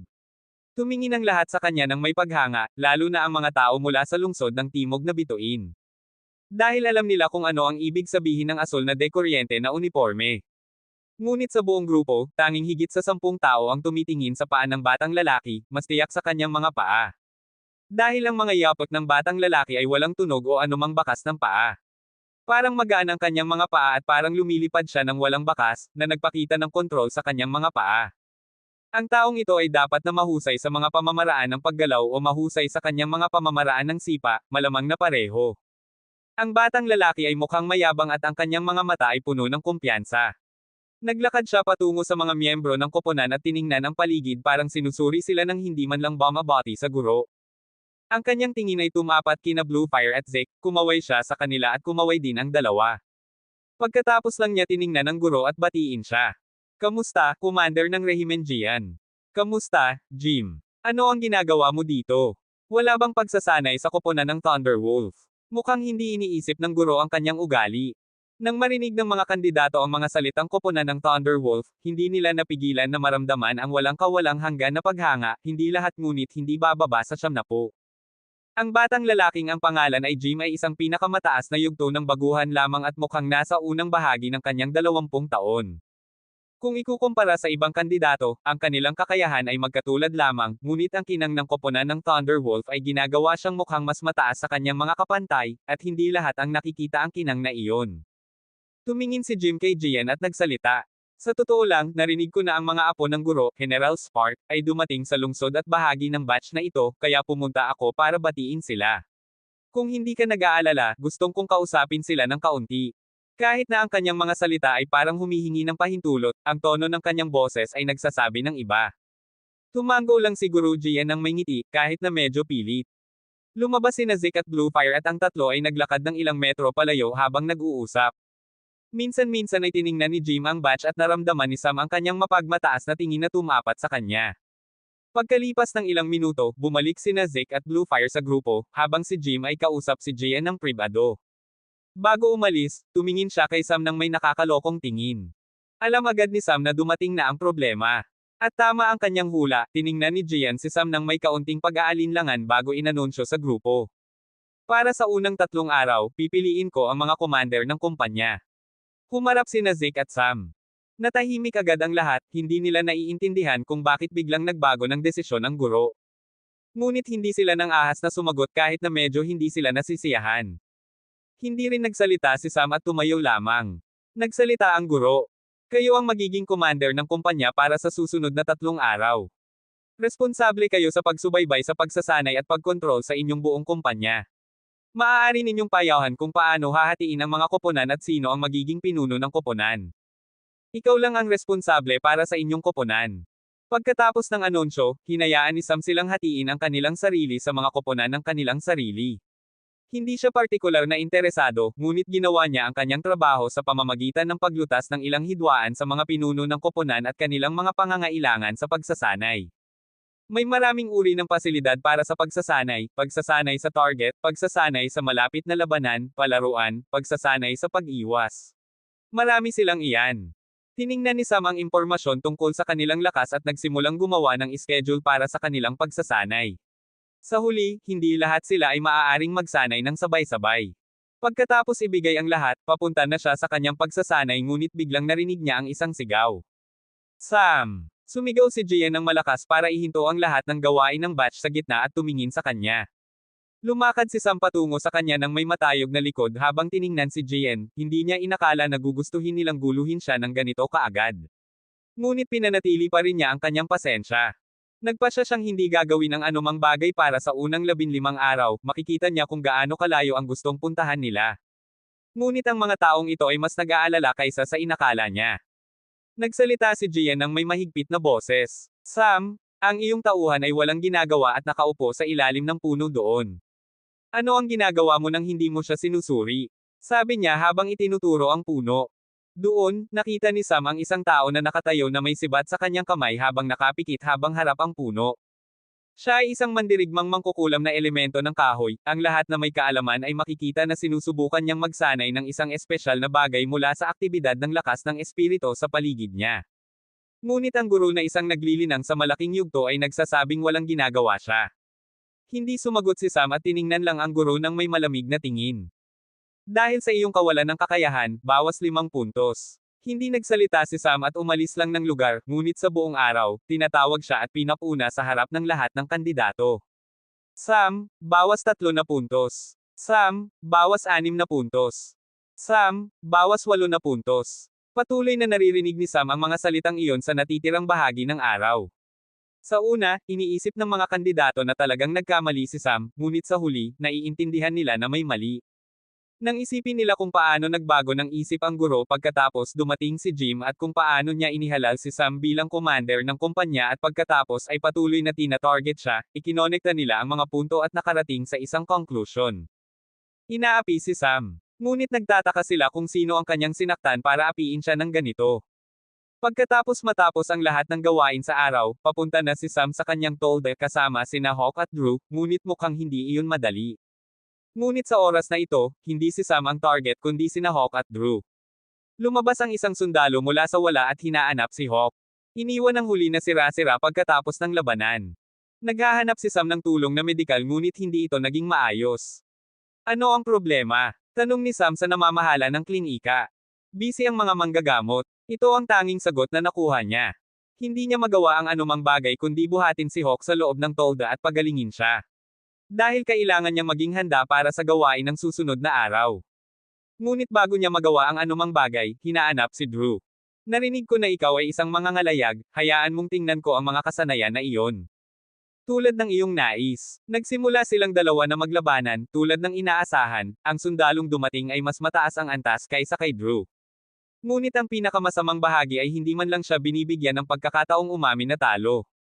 At sa buong gabi, patuloy na inuugnay ni Sam ang kanilang mga buto at inayos ang kanilang mga katawan. Kahit na ang mga kandidato ay medyo nababagabag, hindi nila gusto kung paano ginugulo ng guro si Sam ng ganito kalaki. Nawala siya ng higit sa 35 na puntos sa 3 araw. Ang parehong bagay ay nangyari sa 3 araw at pagkatapos magbago ang guro at papasok na ang bagong guro, at sa sandaling akala ng lahat na magiging normal na ang lahat, nagulat ang mga kandidato. Dahil dumating ang isa pang tao na may uniforme ng koponan ng Thunderwolf. Hindi alam ni Sam kung ano ang gagawin. Tanging umiling na lang siya habang tiningnan ang guro. Ang lahat ng kandidato ay may kakaibang pakiramdam na nangyari na ito dati. Nakikita nila na hindi magiging maganda ang araw ni Sam sa malapit na hinaharap. Ang parehong bagay ay inulit ng paulit-ulit. Ngunit ang mga guro ay hindi naglalampas ng hangganan tulad ni Guro Jian. Nag-act sila ng medyo mahinahon sa aspeto ng pagbawas ng puntos ngunit ang mga puna at pagsisigaw kasama ang pagpapahiya at pang-aapi ay patuloy. Ngunit nawala pa rin sila ng humigit kumulang 80 na puntos. Para sa unang 14 na araw, dumaan sina Sam, Hawk, at Drew sa maraming bagay. Ang huli na dalawa ay tinamaan at halos araw-araw. Sa gabi ng 14 na araw, nagpapagaling si Sam kina Hawk at Drew. Pumasok si Bluefire sa tolda at nagsalita sa kanilang dalawa. Maliligtas kayo sa maraming problema kung iiwas kayo sa kanya. Kahit nahuli na para umalis ka sa koponan, aayusin ko na maging sundalo kayo o maaari akong magbigay sa inyo ng pagkakataong pumasok sa akademya ng Marquis. Mas mabuting isipin ninyo ng maingat. Tiningnan ni Sam ang dalawa sa kanila. Sa nakaraang 2 linggo, hindi sila nagsalita ng kahit na isang salita. Tinanggap lang nila ang mga tamaan at kahit na nanalo sila sa ilang labanan, walang malaking pagkakaiba. Alam mo ba, hindi masama ang kanyang mungkahi. Sabi ni Sam nang walang kaba. Tumawa lang si Hawk at nagsalita. Sa totoo lang, narito kami karamihan dahil sa iyong tulong. Kahit na naniniwala akong makakaya ko ito, hindi ako sigurado. Tinulungan mo kami noon, paano namin iiwan ka dahil nasa kaunting problema ka lang. Oo, at lahat ng ito ay galing kay Zeke. Kahit na hindi mo pa nakita ang problema sa kanya, gagawin ko na ito. Tapos magiging pareho lang ang sitwasyon ko. Sabi ni Drew mula sa tabi. Umiiling lang si Sam at nagsalita. Kahit paano, magpahinga ng maayos. May pahinga tayo bukas at makikita natin kung ano ang nangyayari sa labas. Iisipin ko ng paraan para alisin ang mga problemang ito pagkatapos makita ang sitwasyon sa labas. Kabanata 149. Para sa unang 15 araw, tulad ng paano hinarap ng tatlo ni Sam ang problema sa loob ng kampo, ang kanyang mga kasamahan sa koponan ay nagkakaroon din ng napakahirap na panahon sa loob ng lungsod. Naghahanap sila ng mga tindahan sa 3 araw pa, ngunit walang halaga ng pera ang nakakapagpasimula ng matagumpay na kasunduan. Kaya, ang tanging magagawa nila ay bumalik kay Nicholas. Talagang paumanhin na nararanasan mo ito. Pag-uusapan ko ang aking ama para tingnan ito. Sabi ni Nicholas kay Watt. Naramdaman din niya na naglalampas ng hangganan si General Spark. Gumagawin siya ng lahat ng paraan para bawiin sa isang batang lalaki. Salamat. Hindi masyadong nagsalita si Watt at natapos nila ang kasunduan. Pagkatapos tingnan ang maliit na lupa, iniisip ni Watt kung paano harapin ito. Pumunta tayo sa tore ng artisan. Sabi ni Philip at pumunta ang 4 sa tore. Kahit na mahirap para sa kanila na makahanap ng matataas na ranggong artisan, naalala pa rin si Watt ng tagapagtanggap bilang tauhan ni Sam na batang artisan. Kaya, agad niyang natutugunan ang kanyang mga kahilingan. May 2 bagay na kailangan nilang gawin. Watt, makipag-ugnayan ka sa tore ng artisan ng lungsod ng asul na apoy at hilingin kay Chaya na ipadala si Maki dito. Mula sa sitwasyon dito, mahirap para sa atin na kumuha ng sinumang empleyado. Hilingin sa kanya na dalhin ang kanyang buong koponan dito. Kelly, makipag-ugnayan ka sa isang artisan ng arkitektura na baitang 4. Pupunta ako sa pamamahala ng kalakalan ng gintong kabayo para tingnan kung maaari tayong mag-ayos ng mas mabilis na transportasyon para kay Maki at ang kanyang mga kasama. Nagbigay si Philip ng ilang direksyon at lumabas. Sa ngayon, ang pangunahing problema nila ay hindi pera. Binigyan sila ni Sam ng humigit kumulang 30 milyong batong espiritual at kayang nilang gumastos. Nang lumabas si Philip, pumunta si Kelly kasama si Watt para makipag-usap sa pinuno ng tore ng artisan. Dahil siya lang ang may pahintulot na payagan ng iba na ma-access ang komunikasyon ng tore para sa ibang lungsod. Nakita nila ang tanda ng baitang 5 sa dibdib ng lalaking nasa gitnang edad na sumusuri ng ilang materyales. Siya ay isang artisan ng sandata. Oo, ang pinuno ng tore ng lungsod na ito ay baitang 5 din. Ngunit ano ang pagkakaiba sa pagitan niya at ni Chaye? Ito ang bilang ng mga bituin. Kung tanda mo, sa simula nang kumuha si Sam ng pagsusulit para sa artisan ng sandata, ang kanyang tanda ay may 9 na bituin sa ibaba ng kanyang ranggo. Ang mga bituin na ito ay nagpapahiwatig ng antas ng kasanayan. Bilang isang mababang lungsod, si Chaye ay baitang 5 na may 1 bituin habang ang lalaking ito ay baitang 5 na may 7 bituin. Sa mababang antas, ang mga bituin ay hindi gumagawa ng malaking pagkakaiba, ngunit habang tumaas ang ranggo, ang mga bituin ay gumagawa ng malaking pagkakaiba. Narinig kong kayo ay kaibigan ni artisan ng karunungan na baitang 5 na si Sam. Maaari ko bang malaman kung bakit kayo narito? Tanong niya agad nang pumasok sila sa silid. Gustong naming makipag-ugnayan sa tore ng artisan ng asul na apoy. Bakit? Sa totoo lang, ito ang sitwasyon. Ipinaliwanag ni Kelly ang buong sitwasyon. Pagkatapos nito, nagsalita ang lalaking nasa gitnang edad. Narinig ko si artisan Sam mula kay Chaya at mula sa alam ko, mayroon siyang malaking interes sa mga materyales na hindi sikat. Alam mo ba, marami kaming space jade sa aming tore. Alam ninyo ba kung interesado siya? Sabi ng lalaking nasa gitnang edad. Mula sa kanyang mga salita, malinaw na makikita na sinusubukan niyang samantalahin ang sitwasyon. Sa huli, ang space jade ay isa sa pinakamababang uri ng materyales na sikat, ngunit kailangan pa rin nilang kolektahin ayon sa mga alituntunin ng tore ng artisan. Kaya, kailangan niyang humanap ng paraan para alisin ito. Oo, agad na sumagot si Watt. Tumawa ng bahagya ang lalaking nasa gitnang edad at hinatak sila papunta sa silid ng komunikasyon. Pagkatapos nila doon, bumalik silang dalawa para kumuha ng artisan ng arkitektura. Dinala nila ang lalaki sa kanilang lupa at ipinaliwanag kung paano nila gustong gawin ang konstruksyon. Nakipagtagpo si Philip sa kanila doon at ipinahayag na makakakuha sila ng hayop na baitang apat para ihatid si Maki at ang kanyang mga empleyado, ngunit ang halaga ay medyo mataas. Ang mga agila na may pakpak na apoy, maliban sa Marquis, ay lahat ay nasa pinakamataas na baitang 3. Kaya, inaasahan nilang matatapos ang biyahe sa loob ng ilang araw. Ang konstruksyon ng lugar ay naging maayos. Walang sino mang nang-ahas na gumawa ng anumang bagay sa kanila dahil ang gawain ay nasa ilalim ng tore ng artisan. Kaya, kahit na ang general ay kailangang mag-isip bago gumawa ng anumang bagay. Sa isang linggo, natapos ang konstruksyon at dumating pa si Maki at ang kanyang koponan. Matapos ang konstruksyon, pumunta sila sa tore para bayaran ang mga bill. Bumili sila ng lahat ng Space Jade na nagkakahalaga ng higit sa 2 milyong batong espiritual. At para sa Space Jade, ito ay malaking dami. Ngunit kailangan pa nilang magpasya sa isa pang bagay. Paano gawin itong sikat? Kailangan nilang gawing kilala ang lugar na ito, at pagkatapos ng mahabang at matinding pag-iisip, may isang ideya lang si Philip, akitin sila sa salitang libreng. Kaya, ang apat ay nagsimulang magkolekta ng karne ng hayop sa umaga, karamihan ay mula sa pangangaso, at sa gabi, nagsimulang gumawa ng mga babala sa pamamagitan ng kamay. Sa susunod na 4 na araw, patuloy silang nagpapamigay ng mga babala. Lumilipad si Watt sa ibabaw ng lungsod habang nagbibigay ng isa sa bawat tao na nakikita niya. May isang bagay lang sa babala. Libreng pagkain na gawa sa karne ng mahikal na hayop sa 3 araw. Kasama ang lokasyon ng kanilang restoran. Ang balita ay kumalat tulad ng apoy sa lungsod at nakakuha sila ng maraming tao. Maraming tao ang dumating sa una para sa kuryosidad at para kumpirmahin kung totoo ang impormasyon, at hindi sila nabigo. Kaya, sa 11 araw, naganap ang malaking pagbubukas ng restoran sa marangal na paraan. Daang-daang tao ang dumating para tikman ang pagkain. Nang tikman nila ito, nasiyahan sila. Hanggang sa 13 araw, napakasaya ni Maki at ang kanyang mga tauhan, pati na rin sina Watt, Jack Kelly, at Philip. Ang unang 3 ay nangangaso at bumibili ng karne diretso sa mga mangangaso sa kakahuyan. Dahil hindi sila makakabili ng anumang bagay sa lungsod. Abala si Philip sa pamamahala ng daloy ng mga customer.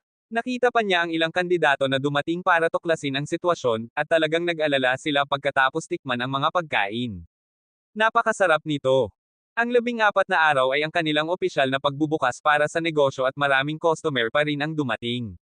Naramdaman nila agad ang epekto ng mga pagkain at marami sa kanila ang talagang nagustuhan ito, mayroon pa silang pagkakataong ipagpalit ang pagkain para sa hilaw na karne.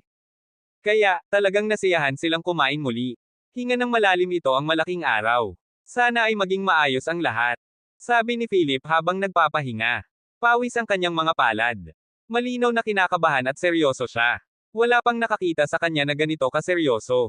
Sana rin. Lahat ay dumaan sa maraming bagay sa mga araw na ito. Ang patuloy na pagtanggi ay halos nagpabaliw sa kanila. Sinisisi nila ang general ng napakarami na kung ang mga salita ay makakapagpatay, tiyak na mamatay ang general ng 100 beses. Nang magsimula ang negosyo, talagang nasiyahan sila. Dahil ang daloy ng mga customer ay medyo mataas. Sa hapon, binuo nila ang lahat ng gastos sa pagbili ng mga sangkap para sa nakaraang 3 araw ng libreng pagkain, at sa gabi, talagang nasiyahan sila. Bilang batayan sa reaksyon ng mga customer, magiging maayos ang negosyo sa hinaharap, at sa ganitong bilis, binuo nila ang lahat ng kanilang pagkatalo sa loob ng 1 buwan. Kaya, ang susunod na araw na siyang unang 15 araw, binuksan nila ang lugar ng may pag-asa. Ngunit sa sandaling magsimula ang negosyo at ang daloy ng mga customer ay nasa pinakamataas na antas, dumating ang isang problema. Isang grupo ng lalaki ang dumating na may nakakatakot na ekspresyon. Sino ang namamahala dito? Tanong ng pinuno na mukhang may peklat sa kanyang mukha. Lumakad si Philip patungo sa kanila nang may kunot noo kasama si Watt sa kanyang tabi at tanong. Ano ang gusto ninyo? Sino ang nagbigay sa inyo ng pahintulot na magbukas ng restoran dito? Tanong ng lalaking nangunguna. Ang Duke. Sabi ni Philip at kumuha ng piraso ng papel na may selyo ng Duke. Ito ang pahintulot na eksklusibo para sa mga kandidato. Hindi man lang inalok ng lalaki na tingnan ito at sabi lang. Kahit ano paman, kailangan ninyong magbayad ng bayad para sa proteksyon kung nais ninyong magpatakbo ng negosyo dito.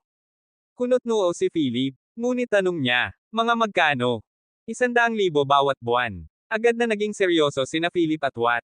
Dahil sa malaking halaga, hindi na nila kayang bayaran ito, ngunit may masamang pakiramdam si Philip na ito ay isa pang estratehiya mula sa general. Kung ang mga lalaking ito ay talagang nagtatrabaho para sa general, maaari nilang gamitin ang perang ito para gumawa ng kwento tungkol sa suhol. Hindi na natili si Watt dito at agad na lumabas gamit ang Silver Wind. Pumunta siya para hanapin ang mga gwardya ng lungsod. Kahit na kayang nilang labanan ang mga lalaking ito, ayon sa mga alituntunin, ipinagbabawal ang labanan sa lungsod at kailangan nila ng wastong dahilan kung magkakaroon ng labanan. Ngunit kung ito ay lahat na estratehiya, na may pinakamataas na posibilidad na ganito, hindi sila nakakaramdam ng kaligtasan sa paggawa ng aksyon. Ngunit hindi nakakita si Watt ng mga gwardya ng lungsod sa paligid. Lalong lumalala ang sitwasyon. Nang bumalik siya sa restaurant, ang sitwasyon ay naging masama na. Ang mga lalaking pumasok ay nagsimulang sirain ang mga mesa dahil si Philip ay iniisip kung paano harapin ang sitwasyon. Bago pa siya makapagbalik tama, inatake na nila ng walang tiyak at nagsimulang tumakbo palayo. Gumagawa ito ng mas maraming paniniwala sa kanila na ito ay estratehiya.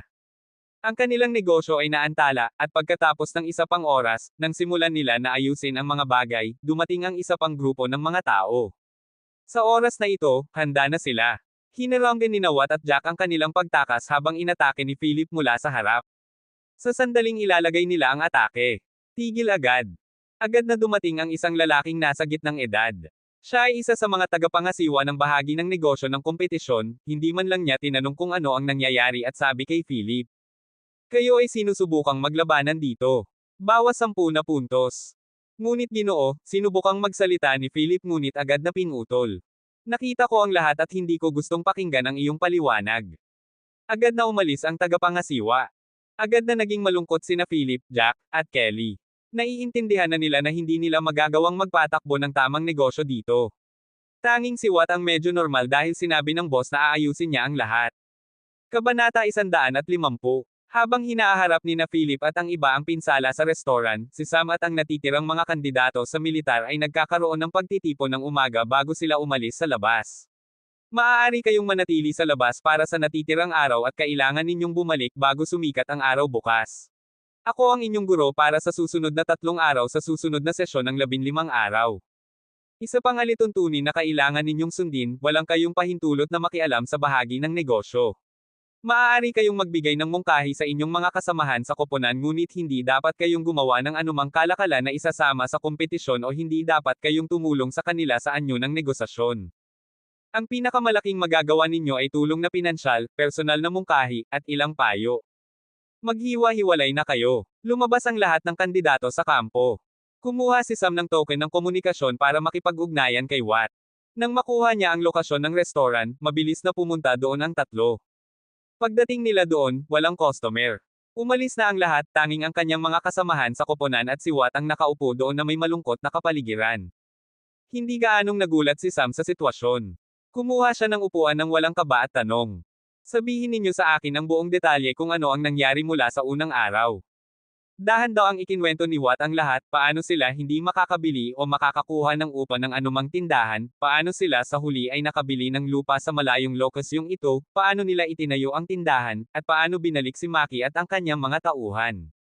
Nakinig si Sam sa buong sitwasyon at tanging ipinakita ang kanyang pagsang-ayon na naiintindihan niya. Pumunta tayo pabalik sa ari-arian. Sabi ni Sam at tumayo. Dahan daw ang lumakad sila pabalik sa ari-arian. Sa daan pabalik, tiningnan niya ang sitwasyon ng pamilihan at kung paano gumagana ang mga bagay dito. Isang bagay na napansin niya, sa lungsod na ito, ang karaniwang tao ay maaaring ituring na may sapat na pera kaysa sa mahirap. Kayang nilang bilhin ang malaking antas ng kaginhawahan. Iniisip niya kung paano gamitin ito para sa kanyang kalamangan. Maraming tao ang maaaring isipin na ang kanyang koponan ay nasa kawalan ng kalamangan ngayon, ngunit tiyakin niya na pansamantala lamang ito. Mayroon siyang sapat na kumpiyansa na mababago niya ang sitwasyon. Sa buong daan pabalik, naramdaman ni Sam ang isang tingin sa kanya. Alam niya na naglagay ang general ng isang tao para bantayan siya. Isang pagkakamali at tapos na siya. Ang general ay gumagana ng ganap na mas mababa sa kanyang titulong. Gumagamit siya ng lahat ng uri ng karumal-dumal na paraan sa pamamagitan ng pagbabago ng lahat ng uri ng alituntunin. Nais lang ni Sam na tuklasin ang sitwasyon at hindi gumawa ng anumang hakbang para sa unang 15 araw. Dahil sobrang determinado silang guluhin siya, tiyakin niya na mananalo siya. Dahil ang general ng militar mismo ang gumagawa ng problema para sa kanya, kikita siya ng lahat ng pera mula sa militar mismo.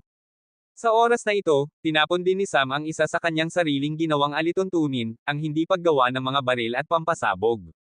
Mula nang dumating siya sa mundong ito, nakilala niya ang maraming tao na gustong niyang gumawa ng mga baril ng maraming beses.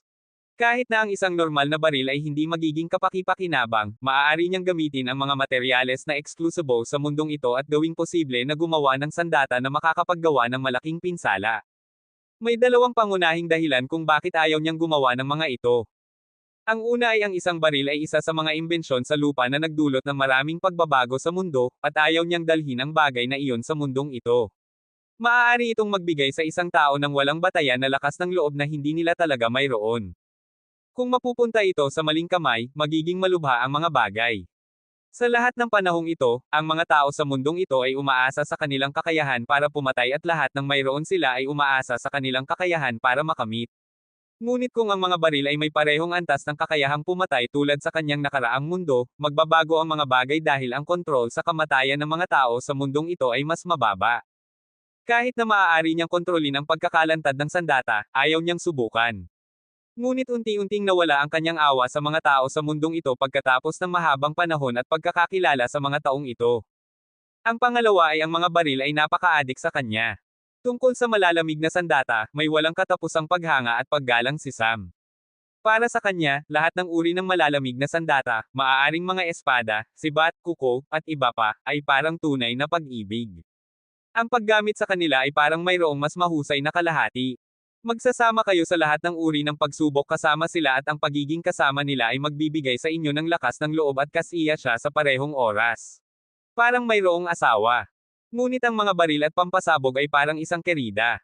Ginagamit para matugunan ang pisikal na pagnanasa tulad ng mga hayop, nang walang kinalaman sa maraming emosyon at ginagamit lamang para sa pansamantalang kasiya siya sa ilang partikular na oras.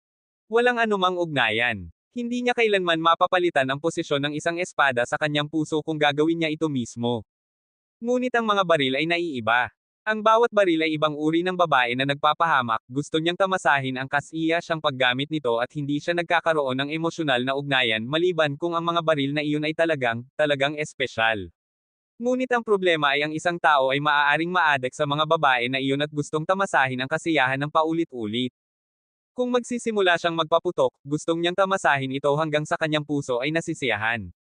Sa una, hindi siya maraming kaaway. Ngunit ngayon, nagkakaroon siya ng maraming tao sa kanyang kaaway na panig, at ang pagkakaroon ng mga baril na ito ay maaaring kapaki-pakinabang. Ngunit bago gumawa ng ilan para sa kanyang sariling paggamit, gagawa muna siya ng ilang karaniwang kagamitan sa pagpaputok para kumita ng mabilis na pera. Kung hindi niya papapasanin ang militar ng pera at dugo para sa ginawa nila sa kanya at sa kanyang mga kasamahan sa koponan, hindi siya makakatulog ng mahimbing. Para sa 15 araw na ito, ang kanyang pasensya ay napakatigas at halos masira siya ng maraming beses. Ngayon na alam niya ang lawak ng determinasyon ng kabilang panig na hadlangan siya, maaari na niyang alisin ang lahat ng kanyang kabaitan. Sa ngayon, puno siya ng masamang intensyon. Kung hindi lang siya sapat na malakas at gustong niyang turuan ng malakas na puwersa ang general, nasa daan na siya kasama ang kanyang mga anino na daga para harapin ang matandang lalaking iyon. Nasa kanyang hangganan na siya. Isang pagsusumikap pa at gagawa siya ng mga disenyo para patayin ang general na iyon. Nawala ang kanyang koponan ng halos 100 puntos nang hindi man lang gumagawa ng anumang bagay. Pagkatapos pumasok sa ari-arian, ipinadala ni Sam ang lahat sa mansyon habang siya ay nanatili sa labas habang tiningnan ang kristal ng epekto. Mayroon siyang ilang ideya kung paano gamitin ang mga walang halaga na bagay na ito para kumita ng pera mula sa militar. Hindi lang para sa ngayon kundi pati na rin para sa malapit na hinaharap. At maaari niyang itago ang pinakamahusay para sa kanyang sarili. Bago iyon, kailangan niyang gumawa ng isang bagay, ay extract ang kristal. Ang pangunahing problema ng mga kristal na ito ay ang pag-extract sa kanila ay talagang mahirap. Ang mga kristal na ito ay parang materyales na piezoelectric mula sa modernong lupa. Ang mga materyales na piezoelectric na iyon ay gumagamit ng mekanikal na panginginig at binabago ito sa lakas ng kuryente. Ngunit ang mga kristal ng epekto na ito ay maaaring baguhin ang anumang uri ng pisikal na puwersa na gumagana sa ito, ang lakas ng paggalaw, ang malakas na epekto ng puwersa ng hangin, ang puwersa ng tubig, kahit na ang dalisay na epekto ng normal na pisikal na puwersa na ginagawa itong sumisipsip ng lakas ng espiritu sa paligid. Pagkatapos maabot ng lakas ng espiritu ang hangganan ng kristal, sisubog ito at ganap na mawawala sa hangin kung hindi ito makakahanap ng tamang daanan. May isang paraan lang para i-extract ang kristal, tunawin ito gamit ang mataas na temperatura na apoy at kolektahin kapag nasa likidong estado ito. Ito ang pinakamabuting paraan, at kung mayroong ibang paraan, ito ay ang pagkolekta ng buong bahagi ng lupa bilang isa at itapon ito na halos imposibleng gawin. Inilagay ni Sam ang kanyang kamay sa isa sa mga pagsasama ng kristal na kasing taas ng isang puno. Nagsimulang niyang gamitin ang kanyang kakayahan sa pagmamasid at mahinahon niyang hinahawakan ang lakas ng espiritu para hindi itong sumipsip ng anumang bahagi nito. Sinusubukan niyang suriin ang buong lalim nito, at nang matapos na siya, nagulat siya. Ang kristal ng epekto ay sumasaklaw ng halos higit sa 20 metro sa ilalim ng ibabaw. Gagawa ito ng malaking hukay sa buong lugar pagkatapos ay extract ang buong kristal. At ang buong ari-arian ay may 1,000 hektarya, iyon ay napakaraming kristal ng epekto. At plano niyang gawin itong maraming pera. Nagsimula siyang gumawa ng kanyang mga paghahanda. Ang kanyang pangunahing kalamangan ay ang mayroon siyang walang katapusang akses sa tore ng artisan. Iyon ay sapat na para sa kanyang mga plano. Pumasok siya sa bahay at pumasok sa kanyang personal na silid at pagkatapos ay pumasok sa ikalawang palapag ng banal na dimensyon. Ang kanyang oras ay napakahalaga ngayon. Kailangan niyang bumalik sa kampo bago umaga. Una, inakala niya ang disenyo ng produkto sa kanyang isip, at pagkatapos ay ginawa niya ang lahat ng pagsubok sa mode ng pagsubok ng ikalawang palapag. Pagkalipas ng higit sa 20 pagsubok at pagkakamali, sa wakas ay nakakuha siya ng kasiyasang resulta. Kumuha si Sam ng ilang scroll at nagsimulang gumuhit ng kanyang bagong disenyo. Ang disenyo ay pangunahing mga uri ng pyesa para sa hand press. Para sa kanyang susunod na mga plano, kailangan niya ng maraming kasinggan, na nangangailangan naman ng maraming pyesa. Pagkatapos gumawa ng ilang kinakailangang pyesa at hugis, pumunta siya sa silong at nagsimulang kumuha ng kagamitan na gagamitin ng kanyang mga kasamahan sa koponan sa malapit na hinaharap. Ipinadala niya ang mga scroll at isang talaan ng mga materyales na kailangan nila kay Watt. Kasama nito, sumulat siya ng liham kasama ang kanyang pirma na espiritual at ang kanyang tanda ng artisan. Sa pamamagitan nito, ang mga salita ni Watt ay katumbas ng kanyang mga salita, at walang paraan na hindi niya mabibili ang mga bagay na iyon mula sa tore ng artisan. Ipinadala niya si Watt habang siya ay pumunta sa bakuran. Kailangan niyang kolektahin ang mga kristal gamit ang kanyang sariling paraan, pagsira sa pulbos. Isinara ni Sam ang kanyang mga mata at nagsimulang magpatakbo mula sa malapit sa kanyang kamay. Dahil ang temperatura ng pagtunaw ng kristal na ito ay napakataas, magiging mahirap para sa kanya na gawin ang regular na paraan, mas maaga pa ito kaysa sa hapon. Kung magagamit niya ang oras na ito, maaari niyang linisin ang ilang bakuran bago ang oras ng pag-uulat.